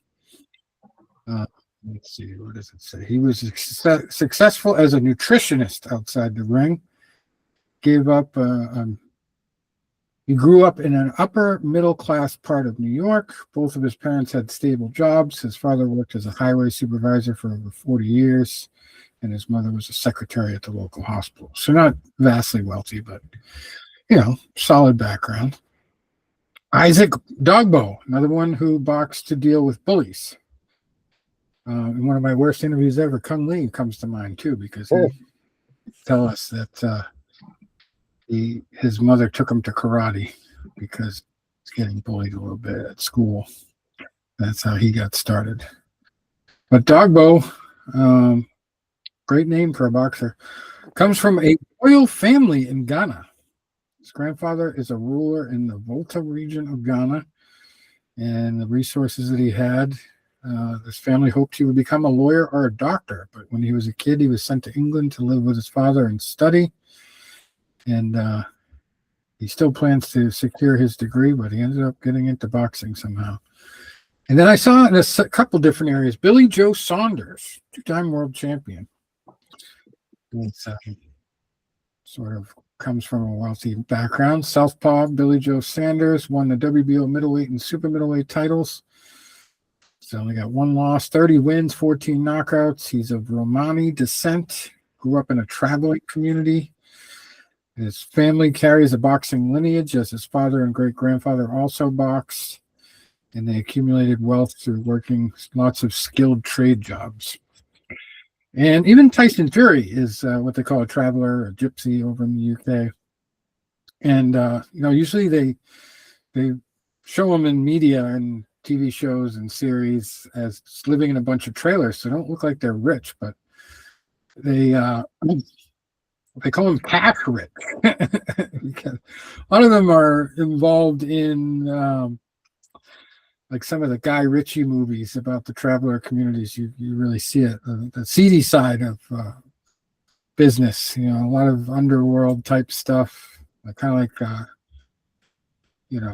Irish mafia type stuff, which my dad dealt with as a cop, but a different environment. Anyway, I don't know what Billy Joe Saunders' family got their wealth from, but he definitely had money. Freddie Walsh in Wales was a fighter back in the early 1900s, 1914, it says here. Freddie beat American Willie Ritchie on the 7th of July, 1914, to become the lightweight boxing champion of the world. And let's see where his money connection is. Walsh attended several private schools in Wales while helping at his parents' luxury hotel. He eventually left and worked odd jobs across the UK, Canada, and the United States before finally pursuing a professional boxing career. Number 5, Azuma Nelson. This one kind of threw me for a loop. He's another one from Ghana, in a very affluent area of Ghana. And he's a Hall of Famer, WBC featherweight, lineal super featherweight champion. His parents had a good job. Both had good jobs and stable income. And there were some occasional struggles just due to the size of their family. He's the oldest of his parents' 6 children. But not necessarily vastly wealthy, but just lived in a good part of the community. And then Ken Norton says he was spoiled as a child. Known for his big brother with Muhammad Ali, of course, and George Foreman, Larry Holmes, Ernie Shavers. Ended his career with a record of 42-7-1 with 33 knockouts. And he grew up in a working class community. His father was an engineer and his mother was a therapist. He enlisted in the Marines and wasn't really sure what to do with his life until he discovered boxing. Tyson Fury makes the list at number 3. I talk about Irish Mafia. We know his family has a link to the guy with the $5 million bounty on his head, Daniel Kinahan. We talked about that story multiple times on the show. I still wish I had the connections to figure out where the guy was hiding so I could get that reward. But, I'm not that good at investigative reporting. Anyway, Tyson grew up in a luxury neighborhood near Cheshire, England. He attended a primary school called Style Primary School, which is considered an elitist learning environment. And it's obviously always been in his blood. His father has a lot of boxing connections. And Marco Antonio Barrera, number 2 on this list. His father is a Mexican film legend, according to this piece. And he could have been a lawyer, which also is the other occupation of our number 1 on the list. But Barrera grew up in Mexico City in a prosperous area and pursued boxing as a passion, not for survival or anything. He did study law at a local university, and he would occasionally assist his father on movie sets in Mexico City in between training for his fights. And this one was a big surprise. Beirut Shumanov, who I think left boxing because of an eye injury. I'm not sure he came back after that, but I do remember reading about that. He is a former WBA light heavyweight and cruiserweight champion, 18-2 record. Took up boxing just to get stronger. His father is a wealthy accountant, and his mother worked as a school teacher.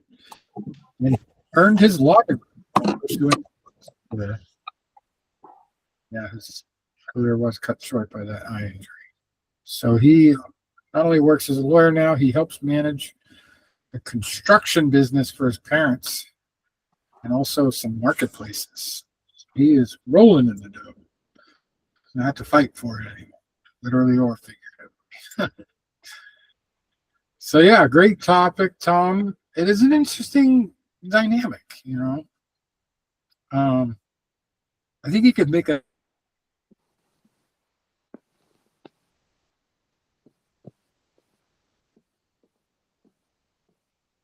who came working for a living, and then you got the guy that grew up on the streets and had to fight for every scrap of food. You know, they end up fighting in a big fight at the end of the movie or something. So I guess we could recap it by saying it depends. Yeah. You know, like so many things, everybody is different. Yeah, that's some good research we did. Well, I'm going to give you guys, before I break off, because I'm going to get up in a few hours to go to the gym, a tornado warning that's on the same lines. And we talked about what I did, how I came up with the Uncle Sam gimmick, which was like in a way a substitute for the adrenaline of being a fighter. How did I become a fighter? You know, I grew up in a middle-class family. I grew up in a decent neighborhood. I became a fighter for a couple reasons. One, all throughout high school, all throughout grade school, I was a painfully shy, awkward kid. And whatever I try to do, I want to fit in with the groups, and whatever I would try to do something to fit in, I'd always end up standing out. Sometimes in a good way, sometimes in a not good way. And I never felt like I was fitting in. And I know I had, like Rich always said, his trigger was your mother. My trigger was just anybody that I think would laugh at me, you know, and I'd want to fight. So not that I was a bully, but if like there was somebody like, especially like we had like one kid in my class that was like kind of like the goody goody two shoes, and like he'd always run to the teacher. If you know, but he would knock off the kids, then he'd run to the teacher for protection. So I would try to catch him outside so I could beat him up. And then I know the one time my friend Mike, who I'm still good friends with, two kids. They were in a different grade. They were a grade below us, and one I've become very good friends with. The other one I haven't talked to in 30 years, and part of me wants to reach out to him and kind of apologize for being a dick. But we were in grade school, and I was walking down the hill. Mike was behind me, and these two kids were making fun of me. So Mike told me, and we got into like a little bit of a pushing contest, whatever. And then I couldn't let it go. It should have been over, but I couldn't let it go. And then me and the one kid had words again. And then eventually and then he bumped into me in the schoolyard. So I went till he was playing a intramural baseball game. You know, the kids have like baseball games. He was playing at the park across the street from my house. So I went there and I waited for the game to be over, and I went up to him and I said, I got something for you. And he thought I was just joking around, and I punched him in the stomach and I knocked him down. And he cried and all that, and you know, I felt good about myself. And yeah, I felt good about myself because the kid that made fun of me, I punched him in the stomach and I knocked him down and he cried. And I couldn't let it go with that. It should have been over, but I couldn't let it go. And then so a few months later, we're in school, the new school year started, and he had a friend who has also become a very, very good friend of mine. This is how I became a fighter.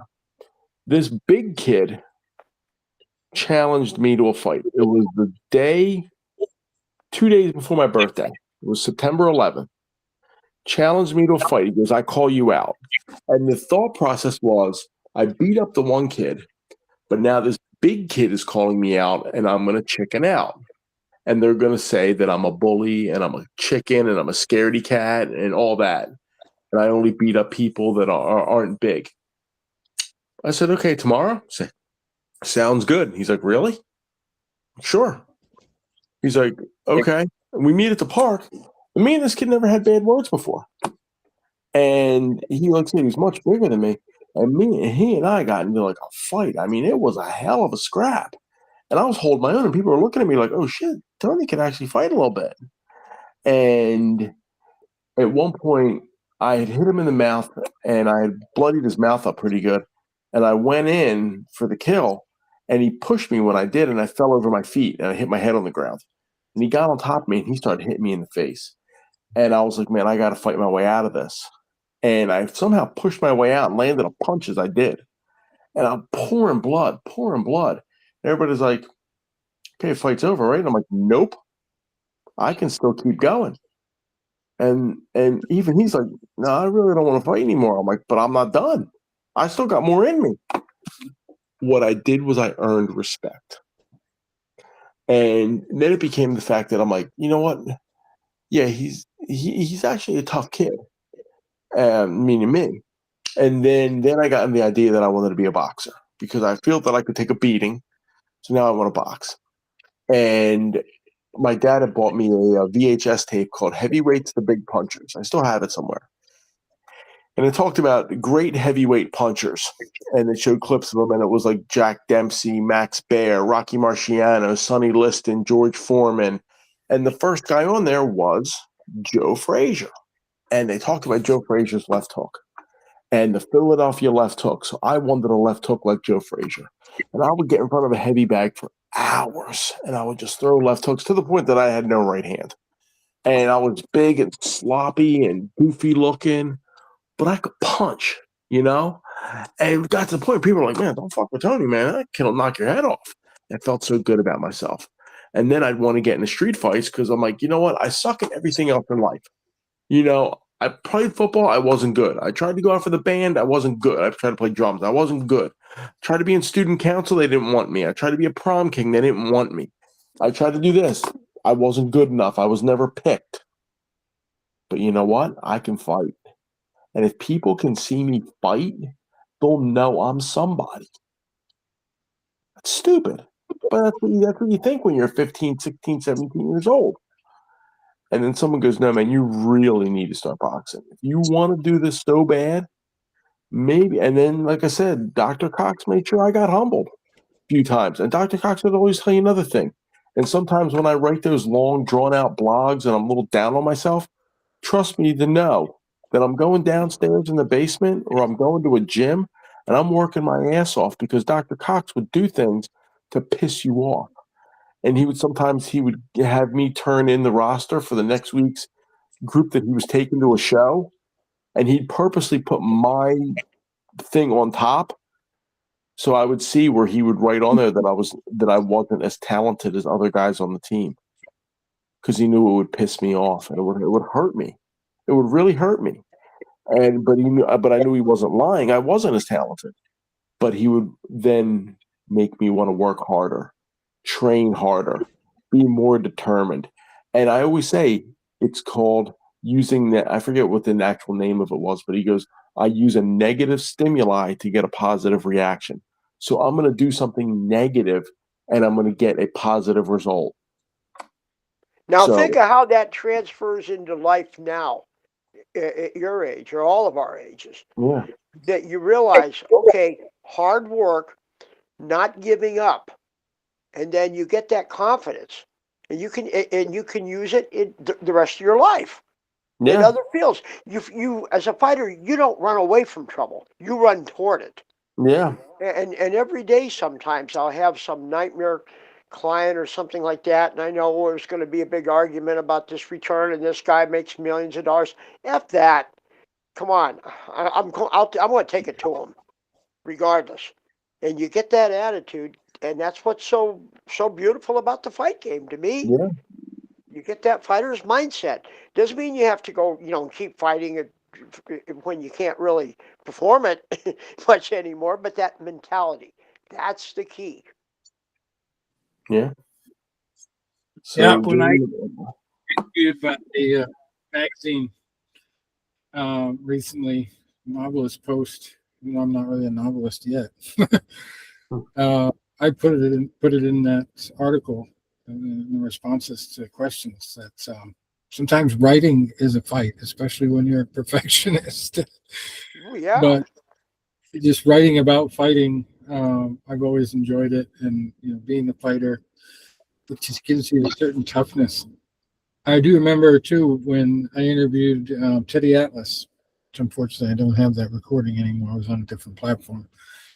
But Teddy Atlas, over and over again, talked about how he will never shortchange anybody who is got the courage to step into a boxing ring and fight.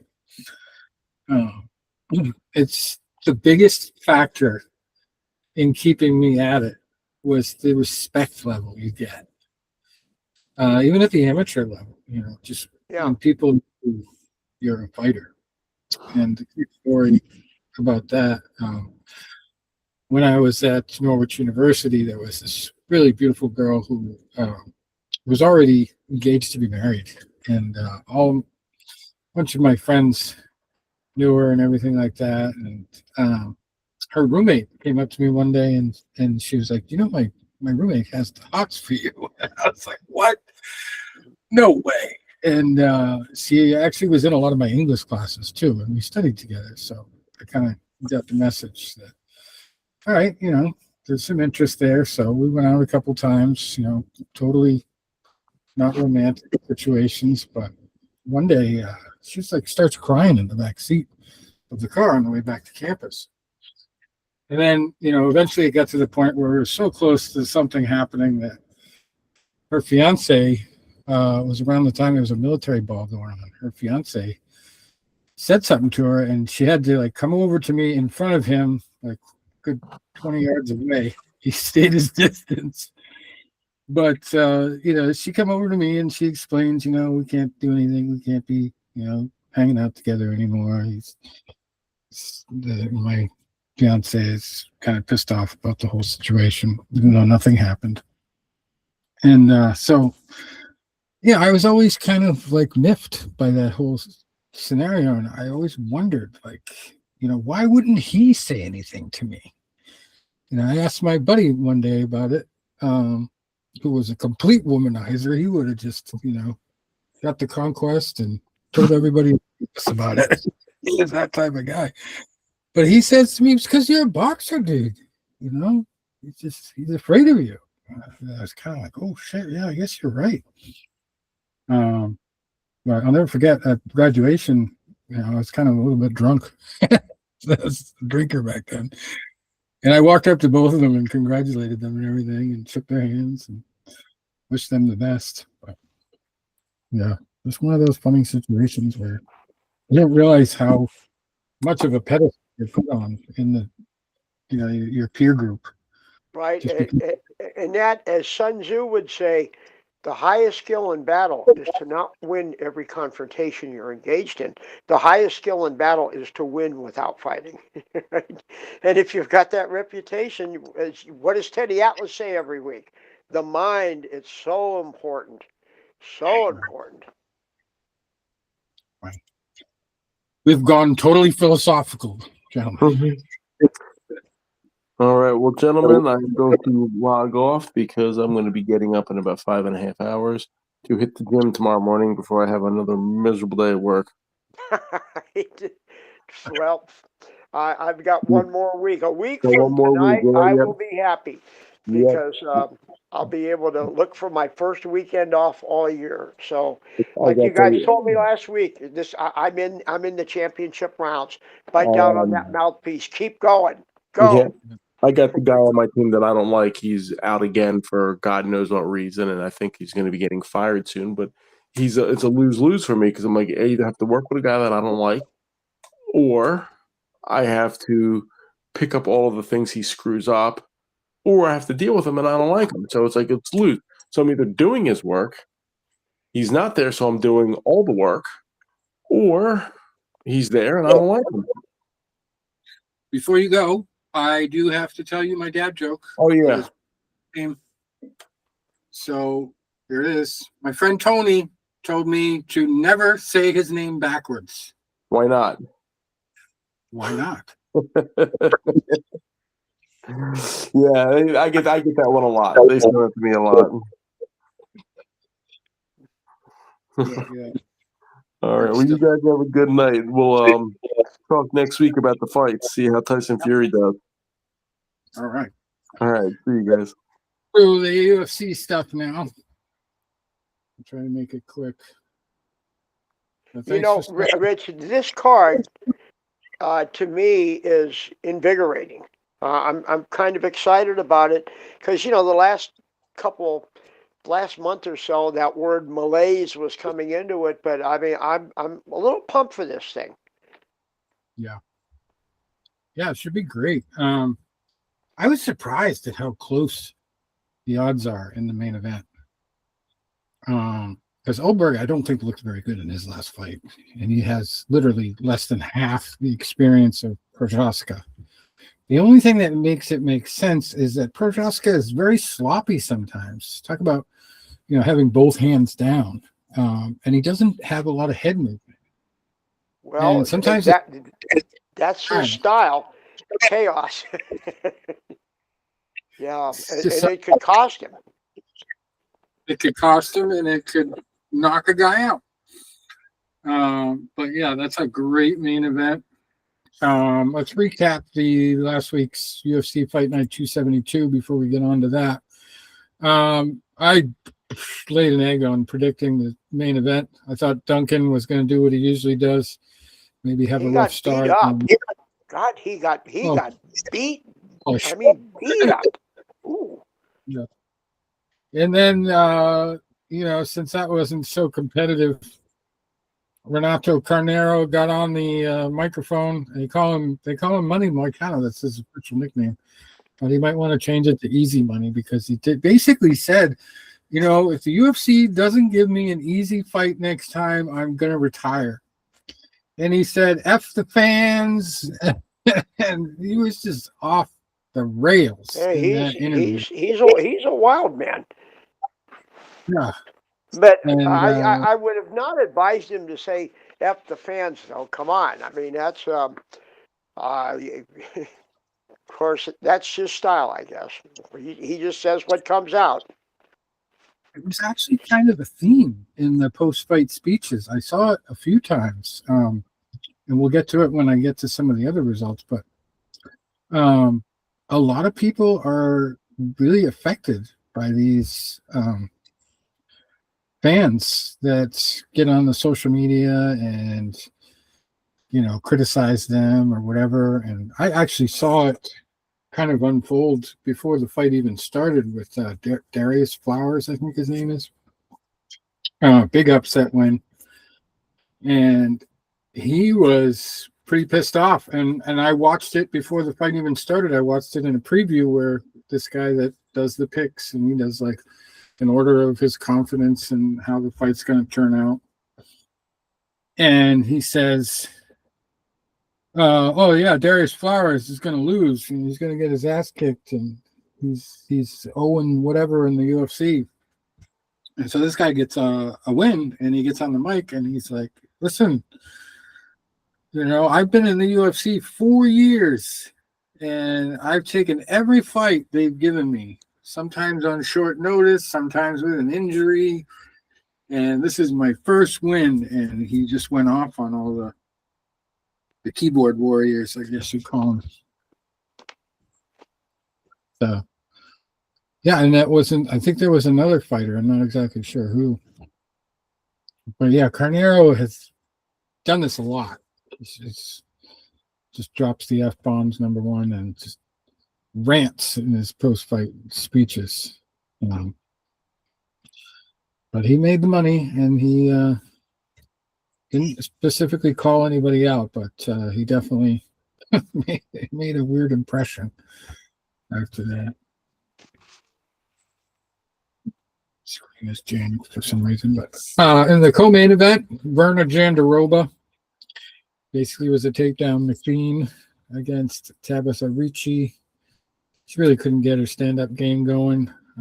She was able to do a little bit of takedown defense in the early going, but just basically got overwhelmed. And then one of the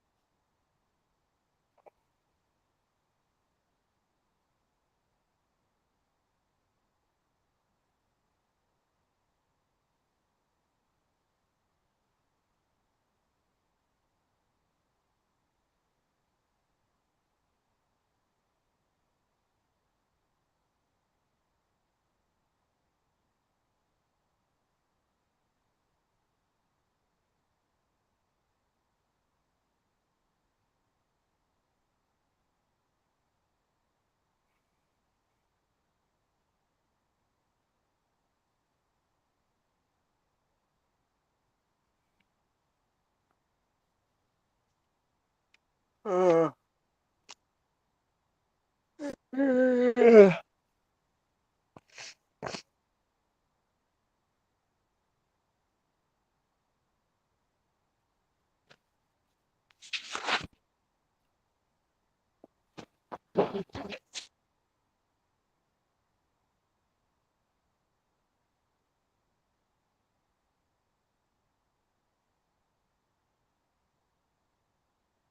you hear me now,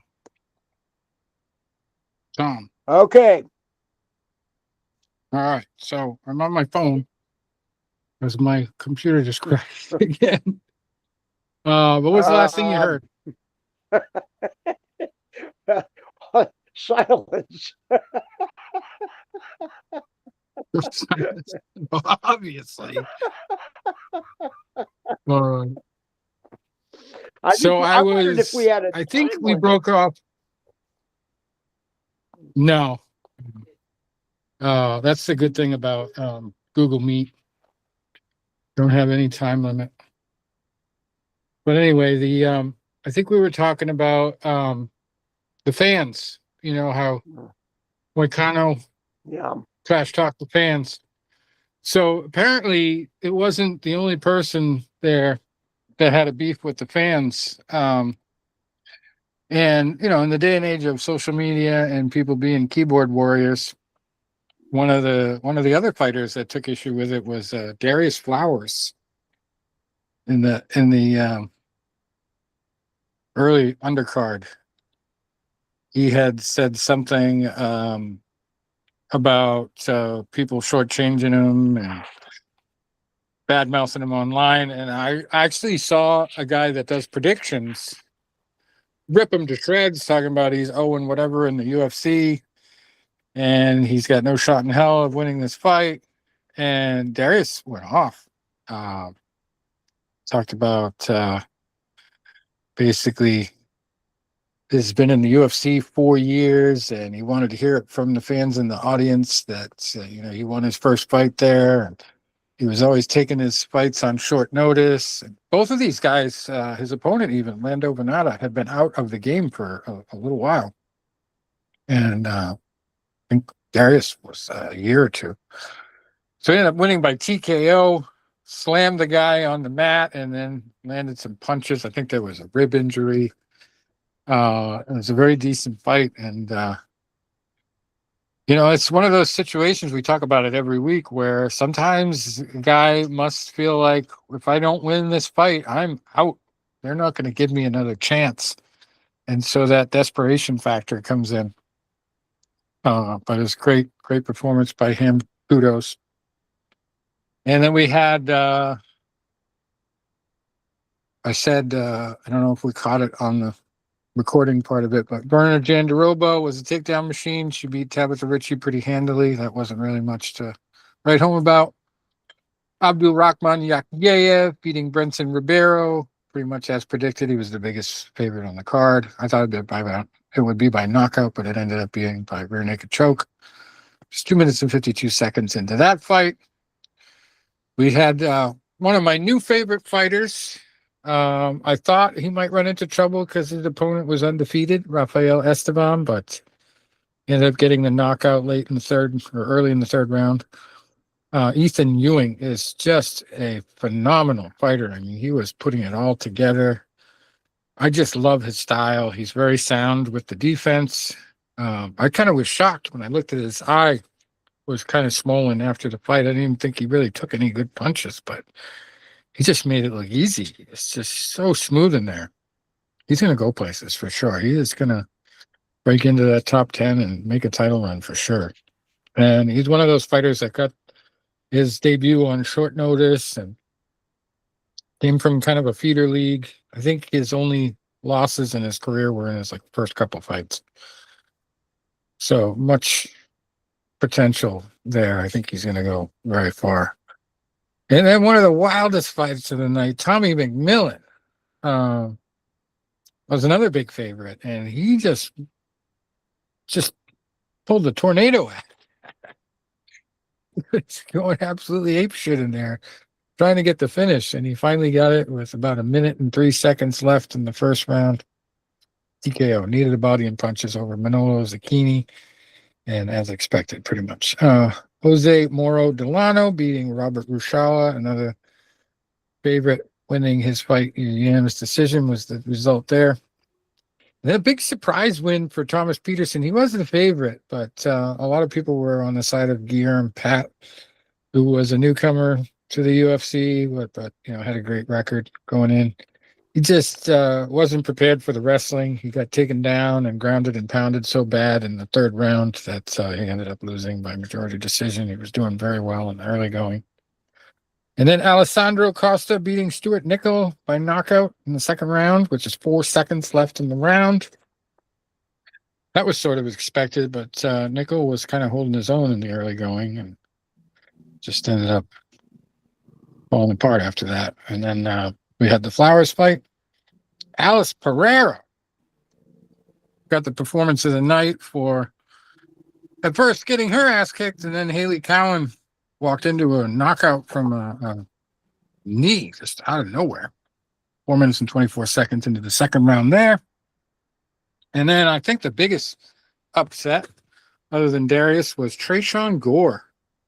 Bekaev was his opponent, and he was expected to win by knockout. He did actually pretty good in the early first round, but ended up starting to lose it in the second and the third, and then he got choked out 3 minutes and 27 seconds into the third round.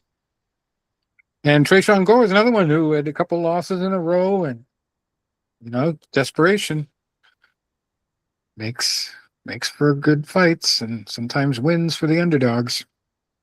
Deani Barboza before that beating Melissa Gatto by majority decision. And then talk about short notice. Kai Kamaka III coming off super short notice against Dakota Hope, and he won a split decision. But I didn't get any betting wins this week. I number one, I had Bakoev almost across the board, and Lando Venata broke up almost all the rest of my parlays, and then finally Carnero winning blew up the last ones I had standing. So that was that. We're not going to go through the PFL cards, but I will say that all the big names are fighting on the Saturday card in Chicago, headlined by Sergio Pettis and Mitchell McKee, and then the co-main event of Jordan Newman and Joshua Silveira. I haven't seen the PFL even listed on ESPN. I don't know if they're still on. I think you can watch it on DAZN and also Prime Video. Sometimes has their fights, but you might also, if you have ESPN Plus, you might have to watch it there if you want to watch it. But they also have a PFL Africa event. We'll just go through the results next week rather than previewing that, because it's really nobody I've ever heard of on that. But the big event here is UFC 327 coming to us from Miami, Florida on 4/11. I thought today was 4/11 for some reason. I actually signed a bill of sale with the wrong date, I guess. 4/9. I guess the customer was always right. He had the right date on there. And I said to him, I think it's the 11th today. And he didn't hesitate. He didn't shake his head no. But yeah, that's Saturday. So anyway, Jiri Prochazka, we were talking about this earlier. He's got a very unorthodox style. Does a lot of spinning stuff. He's good and he's bad sometimes. But he's really, I think, only been super bad against top competition. So I think Oberg is something he can handle. Has Jury lost to anyone but Alex? I don't think he has. I just don't want to crash the computer again, but let's check that out. He's kind of got a bad rap because he's like all into this what do you call it, ninja stuff, or The samurai, yeah. The samurai, Bushido. Yeah, the funky haircut. But yeah, Alex Pereira is the only guy that's really right giving him fits. Right. Knocked him out. And Mo Lawal back in 2015 knocked him out in the first round too. Oberg seemed to come out of nowhere. I just hadn't really been following him much, so I favor Yuri in this one. Of course. Yeah, the easiest, the most likely outcome here. Oberg has 8 knockouts of his own. Prochazka pretty much always wins by knockout lately. Just the method of victory bet, knockout. Somebody's going to knock somebody out. Yeah, almost guaranteed. So that's the easiest pick there for me. I do like Prochazka though. I don't care if it's close. I don't think Oberg has the kind of power that's going to stun Prochazka or scare him. I think he's going to just keep coming forward and do what he does and take care of business. It's hard to train for a guy like Jury. Very hard to train for a guy like that. Who do you get to imitate him in sparring? Right. But, hey, one punch can change it. But yeah, so we got some other good ones on the card too. Yes, we do. Paulo Costa versus Azamat Mirzakhanov, another undefeated fighter, 16-0. Costa 15-4, but he's looked good lately.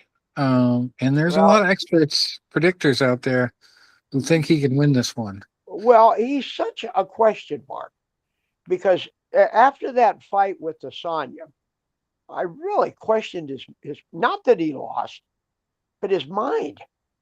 Right. Where was he at? And now he's moved up in weight, and that could work one of two ways. Hey, maybe because the guy could compete in bodybuilding. So maybe he's where he needs to be. He is a question mark, but I can't favor. I would if I had to bet, I would bet against him. But hey, you never know. Maybe he should have been at 205 all this time. I He do is like a the big guy. undefeated fighter there. Paulo kind of won his last fight with a lot of kicks. And I get that there's the reach factor there. You get the best reach when you throw good kicks. And especially leg kicks. I've always been a huge fan of leg kicks. I've always wondered why fighters don't throw them more, especially when there's a lot of, feeling out process and moving around the cage before they exchange for the first time and get into grappling and close contact. But Costa is just, like you said, very unpredictable. You don't know which one's going to show up. You don't know about the secret juice. That's his gimmick, the secret juice. He's not really on anything that's been detected, but he carries around a bottle of juice, calls it the secret juice. Kind of funny. And then, speaking of gimmicks, Josh Hokett is up against Curtis Blades. Blades isn't really impressed with his act. He's looking for win number 20. He's 19-5. Hokett 8-0. I really think Blades is going to take care of business. He's going to get it done. Yeah, he's fought the better competition, and I think Blades wants, and he knows the heavyweight division is not that stacked. I think he wants one more shot at it. But Hokett, again, I mean, he was kind of intriguing at first, but I'm telling you, the way he was acting, it's just hard to. I don't know. Maybe, like you mentioned earlier, maybe he's planning on a career in pro wrestling. Right. The White Dog or something. The White Dog. And he went on a really bizarre rant talking about like a human centipede, which is like the most disgusting thing I've ever heard of. It's really been done before, like the Mexican cartels and shit that did it to torture people. Like stitched their faces to the guy in front of them's asshole. And it's just disgusting. The most disgusting story I've ever heard somebody tell me about something that happened in real life. But Josh was making a joke out of it and, talking about the heavyweight division becoming a human centipede. And it was just kind of stupid. Not really funny, not really entertaining at all. I thought his little poem after his last fight was funnier, and he actually come up with T-shirts that say "N-word, please" on the back. Yeah, I mean, That was funny. He had some potential, but man, I'm telling you, this week all this, well, whatever. I think we both made our point. So Yeah. I think I said, well, now, of course, if he goes out there and just dribbles Curtis around like a basketball, well, wow. Well, he almost doesn't look like a heavyweight. He almost looks like a glorified light heavyweight that just put on a little extra weight. And I just think he's going to have a lot of trouble trying to keep Curtis Blades on the mat if he tends to wrestle and ground and pound him. Yeah, I would recommend that. I mean, Blades is not a power puncher. I would tell him to try to keep the fight on the feet. Yeah, but we shall see. But and then now the next one coming up, good old Johnny Walker. Johnny Walker hurt himself in the celebration after the fight once. But he's shown some improvement too in recent years. He might bring his best into this fight. And Dominic Reyes has been on a tear himself. And I'll never forget when he talked about if he didn't win one of his fights that he won, he was thinking about jumping off the bridge in town. Mm-hmm. So I'll always have sympathy for him. Yeah. Going back to that Jones fight, and he had such a mental letdown after that, and it's sad. I mean, I know there's no room for sympathy in the fight world. I mean, I guess the old timers would say, okay, you got a bad decision, take the judges out of it next time, get back in there. But everyone doesn't have that makeup. I mean, he's one of my favorites, and I think he can pull it off. I mean, Johnny does crazy stuff, and Reyes still has. He's just got to stay focused. He is the favorite, Reyes, and I think he does have the better experience against the more talented fighters. If he would see a fight psychologist and say, You beat John Jones. Okay? And it's up to you now to just show what idiots and how wrong those judges were. Because at the level you're at, who's going to stop? That's what I wish he would have filled his head full of that instead of the other way. But hey, I guess the nice thing about the fight world, there's always second chances. And Yeah, if he one wins, good thing about losing a type of fight like that by decision is it's really sparked the knockout for Reyes. He doesn't want to put the judges in charge of the decision. He wants to end fights now, and he's been pretty good at it lately. So I think he ends up getting the knockout here. Johnny Walker is a tall guy, but he doesn't fight tall. He can be very sloppy, especially in the early going, and I think his only chance is to drag it out and make it a technical fight and try to I make don't maybe think I get don't a think he'll want to submission. do that. But hey, we'll see. I'm looking forward to it. Yeah. And then Cub Swanson is having his retirement fight against Nate Landwehr. Nobody's really giving Nate a chance. Okay, And but what did you say earlier though about desperation? Who right, needs this one more? yeah, obviously Landwehr does, but I don't know. Just the way that Chiesa went out in his retirement fight makes me think that Cub Swanson's going to have his best day, and he might even get the knockout. Not really known for his power, but he is literally the last fighter from the WEC era still Well, fighting in the UFC. and you got to say Cub Swanson's fought the better opposition. Yeah, definitely. And however, he is 5 years older. Now, Nate's no spring chicken. He's 37. I didn't think Right. he was that old. But Cub Swanson's 42, and that's long in the tooth. But I would have to say, if you ask who I would put my money on, I just think Cub's just slightly ahead. Yeah. Yeah, I mean, and we talked about Nico Price not getting his opportunity to even discuss his retirement because he decided to retire at the same time as Chiesa. But the way he lost that fight, it almost seemed fixed. Like the UFC was like, "We love this guy. He's on our team. We got to make sure the other guy loses." I doubt it really was, but it almost seemed that way. It was so quick. I don't think it's going to be that quick for Swanson. I think it's going to be a battle, but I don't think he would want it any other way. Win or lose, he's out. So should be rooting for him. And then a fight that's pretty much being looked at as it's going to be one-sided for Aaron Pico here, 13-5. Patricio Freire. He's had mixed results in the UFC. Won one, he lost one so far since coming over from Bellator. He's 37-8. He's been in there in some really just crazy wars. Just when you think you count him out, I've seen it. He's come off the fence and knocked a guy out with a right hook once. One of my favorite fights I ever watched. Just he's got some brutal power if he can connect, but I just don't know how much he has left. This is lose or leave town. Yeah, might be. I think it's been told to both guys, you lose, you're out, because they've both been disappointments. Especially right, Aaron Pico. Yeah, he was supposed to be the be-all, end-all. He was supposed to be the prodigy, and he was just getting smeared all over the place. And now he's supposedly a big favorite. He has looked good lately, though. I mean, you got to give him that. And he's very fast, very in shape.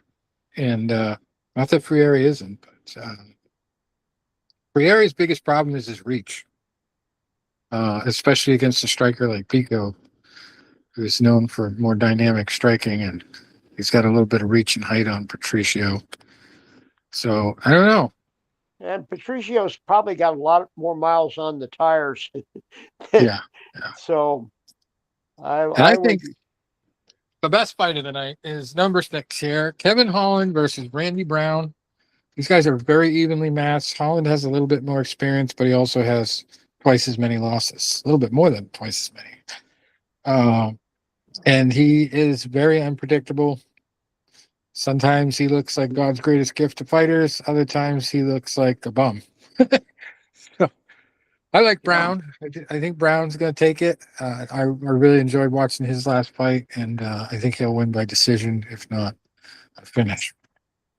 And then one that I think should be closer than it actually is on the odds. Matus Gamrot is the favorite, 25-4 against Esteban Ribovics, who is 15-2. And both of these guys have pretty similar records in their last 5 fights. I think Ribovics might have lost one more than Gamrot, but Gamrot just got choked out by Oliveira, which I did not see coming. I thought he would have the better wrestling and avoid the choke, but Oliveira made him look silly. And Ribovics is no slouch. I mean, he's only got 2 losses. Gamrot's got 10 more wins than he does, but also has got 2 more losses. So this one's going to be a barn burner, I think. It's going to be maybe go to the judges' scorecards, maybe a split decision for whoever wins, but I've got it hedged. I've got a Gamrot bet and I've got a Ribovics bet in my parlays. And then we got a female fight, pretty decent strawweight scrap. Tatiana Suarez, 11-1, fighting Lupita Godinez, who is 14-5 at strawweight. I don't really have a pick on that one. I guess Suarez, just because she's got only the 1 loss. But like female fights usually go to decision, that should be the bet. Over 2.5 or decision as the outcome. Chris Padilla, 17-6 at lightweight, fighting Markel Medeiros, who is 11-1. A lot of the experts picking Padilla there, even though he has more losses at lightweight. And then a very easy one, I think, Kelvin Gastelum versus Vicente Luque. Kelvin up to middleweight now. I hope he doesn't miss weight. He's famous for that. We'll find out tomorrow, I guess. 20-10. Luque 23-12-1, but he has just not done anything impressive lately. And then Chuck Buffalo in the first fight of the night. Charles Radke, 11-5, fighting Francisco Prado, who's 12-4. And despite what looks like a slightly better record, Radke is the favorite, not only for the odds makers, but also for all the YouTube predictors. I watched my YouTube predictors video earlier today, and he is a very heavy favorite from all the YouTube channels that do the predictions. And I think they're right. He's just very unassuming, but tough fighter. I think he at least wins by decision, if not a knockout. And that's going to do it. Long show. Almost midnight. Yikes. Next week, we needed some philosophy tonight. Yeah, right. Yeah. I think a lot of people will get a kick out of that. I think we'll touch some nerves with that segment. Hopefully get a lot of play. We'll put the YouTube video out this week too of the call. It's one of the best features of Google Meet. You don't even have to be on camera, and it does a video of our broadcast, so we can post it on our free YouTube page and also the paid podcast sites. Yeah. Hopefully we get a lot of play. All right, bud. Well, let's enjoy the weekend, and Right. we'll have some good action, hopefully. Awesome. Over and out. Enjoy Yes, the sir. fight. Thanks a lot for staying up late with us. All right. Adios. Okay. Where is... Oh,